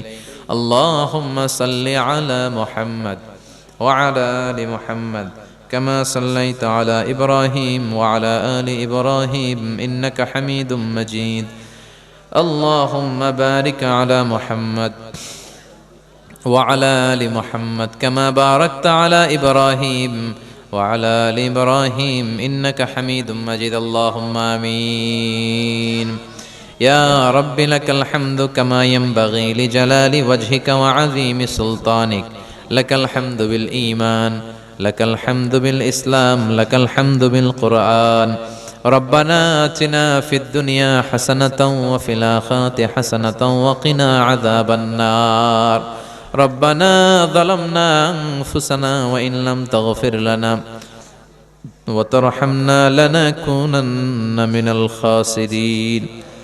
বিশাল আকাশের মালিক, জমিনের মালিক, নভমণ্ডল ভূমণ্ডলের মালিক, তোমার আকাশ বাতাস, নভমণ্ডল ভূমণ্ডল সব কিছুর তুলনায় আমাদের হাত দুইটা একেবারে ছোট্ট রে আল্লাহ। ছোট্ট দুটি হাত পেতে বুক ভরা আশা নিয়ে তোমার শাহী দরবারে গহীন রাতে মধ্য রজনীতে ভিক্ষুকের মতো চেয়ে রইলাম। আমাদের হাত দুইখানা কবুলার মঞ্জুর করে দাও মাবুদ রে। মাহফিলে ঢুকার সময় যেমনি ফেরেশতা দিয়ে আমাদের কাঁধ থেকে গুনার বোঝা নামিয়ে রেখেছো, যাওয়ার সময় ওই গুনার বোঝা আমাদের কাঁধে তুলে দিও না মাবুদ রে। আমরা সবাই গুনাহগার, গুনাহমুদের বেশুমার। আকাশের নিচে জমিনের উপরে আমাদের চেয়ে বড় গুনাহগার আর কেউ নাই। সগীরা কবিরা জেনে না জেনে, ইচ্ছায় অনিচ্ছায় শিরকে বেদাতি বন্ধুর পাল্লায় পড়ে, শয়তানের ধোকায় পড়ে লক্ষ লক্ষ কোটি কোটি গুনাহ করেছি। আজকের এই তাফসীরুল কোরআনের মুবারক প্রোগ্রামে, এই বরকতময় রজনীতে মধ্যরাতে তুমি দোয়া কবুল করো। তোমার দরবারে ভিক্ষুকের মতো চেয়ে রইলাম। আমাদের জিন্দেগির সব গুনাহ তুমি মাফ করে দাও। আমাদের আব্বা আম্মা, দাদা দাদি, নানা নানি, চাচা চাচি, খালা খালো, মামা মামি, সকল আত্মীয় স্বজনের সব গুনাহ খাতা তুমি মাফ করে দাও। আমাদের যত আত্মীয় স্বজন 3.5 হাত কবরের বাসিন্দা প্রত্যেকের কবরগুলোরে তুমি জান্নাতের বাগান বানিয়ে দাও। আমরা যারা অসুস্থ তাদেরকে সুস্থ করে দাও। আমার যে ভাইরা ব্যবসা করে ব্যবসায় বরকত দাও। আমার যে ভাইরা চাকরি করে চাকরিতে বরকত দাও। রব্বুল আলামিন শিক্ষার্থী ভাইরা যারা আছে মেধা শক্তি বাড়িয়ে দাও। এই মাদ্রাসাটাকে তুমি কবুল করে নাও। কিয়ামত পর্যন্ত হেদায়েতের মার্কাজ হিসেবে এই মাদ্রাসাটাকে তুমি কবুল আর মঞ্জুর করো। প্রিন্সিপাল হুজুর থেকে শুরু করে সকল শিক্ষক স্টাফ, সভাপতি সাহেব থেকে শুরু করে ম্যানেজিং কমিটির সবাইকে কবুল করে নাও। যারা টাকা দিয়ে পয়সা দিয়ে বুদ্ধি দিয়ে মাহফিলটারে সফল করলো, মাদ্রাসাটাকে উত্তর উন্নত করলো, কিয়ামতের দিন এই মাদ্রাসাকে এই মাহফিলকে তুমি আমাদের নাজাতের ওসিলা বানিয়ে দাও। যারা দেশের বাইরে প্রবাস জীবন কাটায় সহি সালামতে তাকার তৌফিক দাও রব্বুল আলামিন। যারা এই প্রোগ্রামের সাথে জড়িত কবুল করে নাও। এই বাংলাদেশের উপর তুমি তোমার খাস রহমত আর বরকত নাজিল করে দাও। সব ধরনের রাজনৈতিক দাঙ্গা হাঙ্গামা থেকে তুমি আমার সুজলা সুফলা বাংলাদেশকে বাঁচাও। মাবুদ রে, সূরাতুল লুকমানের আলোকে বাবার দেয়া ছেলের জন্য 10টি উপদেশ শুনলাম, আমরাও যেন ছেলে মেয়েদের কানে এই উপদেশগুলো পৌঁছে যেতে পারি তৌফিকে দাও। আমার যখন ফুরাবে দিন, আসবে গহীন রাতি, থেকো আল্লাহ দুনয়নে হয়ে চির সাথী, আসবে গহীন রাতি। রব্বুল আলামিন ক্ষণস্থায়ী দুনিয়াতে আমরা কেউ তো আজীবন থাকবো না। দাদা চলে গেল, বাবা চলে গেল, আমাদের কেউ চলে যেতে হবে। ক্ষণিকের এই দুনিয়া ছেড়ে যখন আমরা পরকালে পরপারে পাড়ি জমাবো, বিশ্বনবীর শেখানো ওই মধুর কালিমাটুকুন জপতে জপতে ঈমানের সাথে যেন আমরা সবাই বিদায় নিতে পারি। লা ইলাহা ইল্লাল্লাহু মুহাম্মাদুর রাসূলুল্লাহ সাল্লাল্লাহু আলাইহি। সুপ্রিয় দর্শক শ্রোতা, এতক্ষণ আপনারা শুনছিলেন আল্লামা মিজানুর রহমান আজহারী সাহেবের গুরুত্বপূর্ণ বক্তব্য। ভিডিও পরিচালনা, সম্পাদনা ও প্রযোজনা আলী আহমদ আকন্দ। ধারা বর্ণনায় অ্যাডভোকেট আজহারুল ইসলাম রনি। পরিবেশনায় তাহজিব সেন্টার, রাজশাহী। আরও নতুন নতুন ভিডিও পেতে চ্যানেলটি সাবস্ক্রাইব করুন। ভালো লাগলে কমেন্ট করুন এবং লাইক ও শেয়ার করে আমাদের সঙ্গেই থাকুন। আল্লাহ হাফেজ।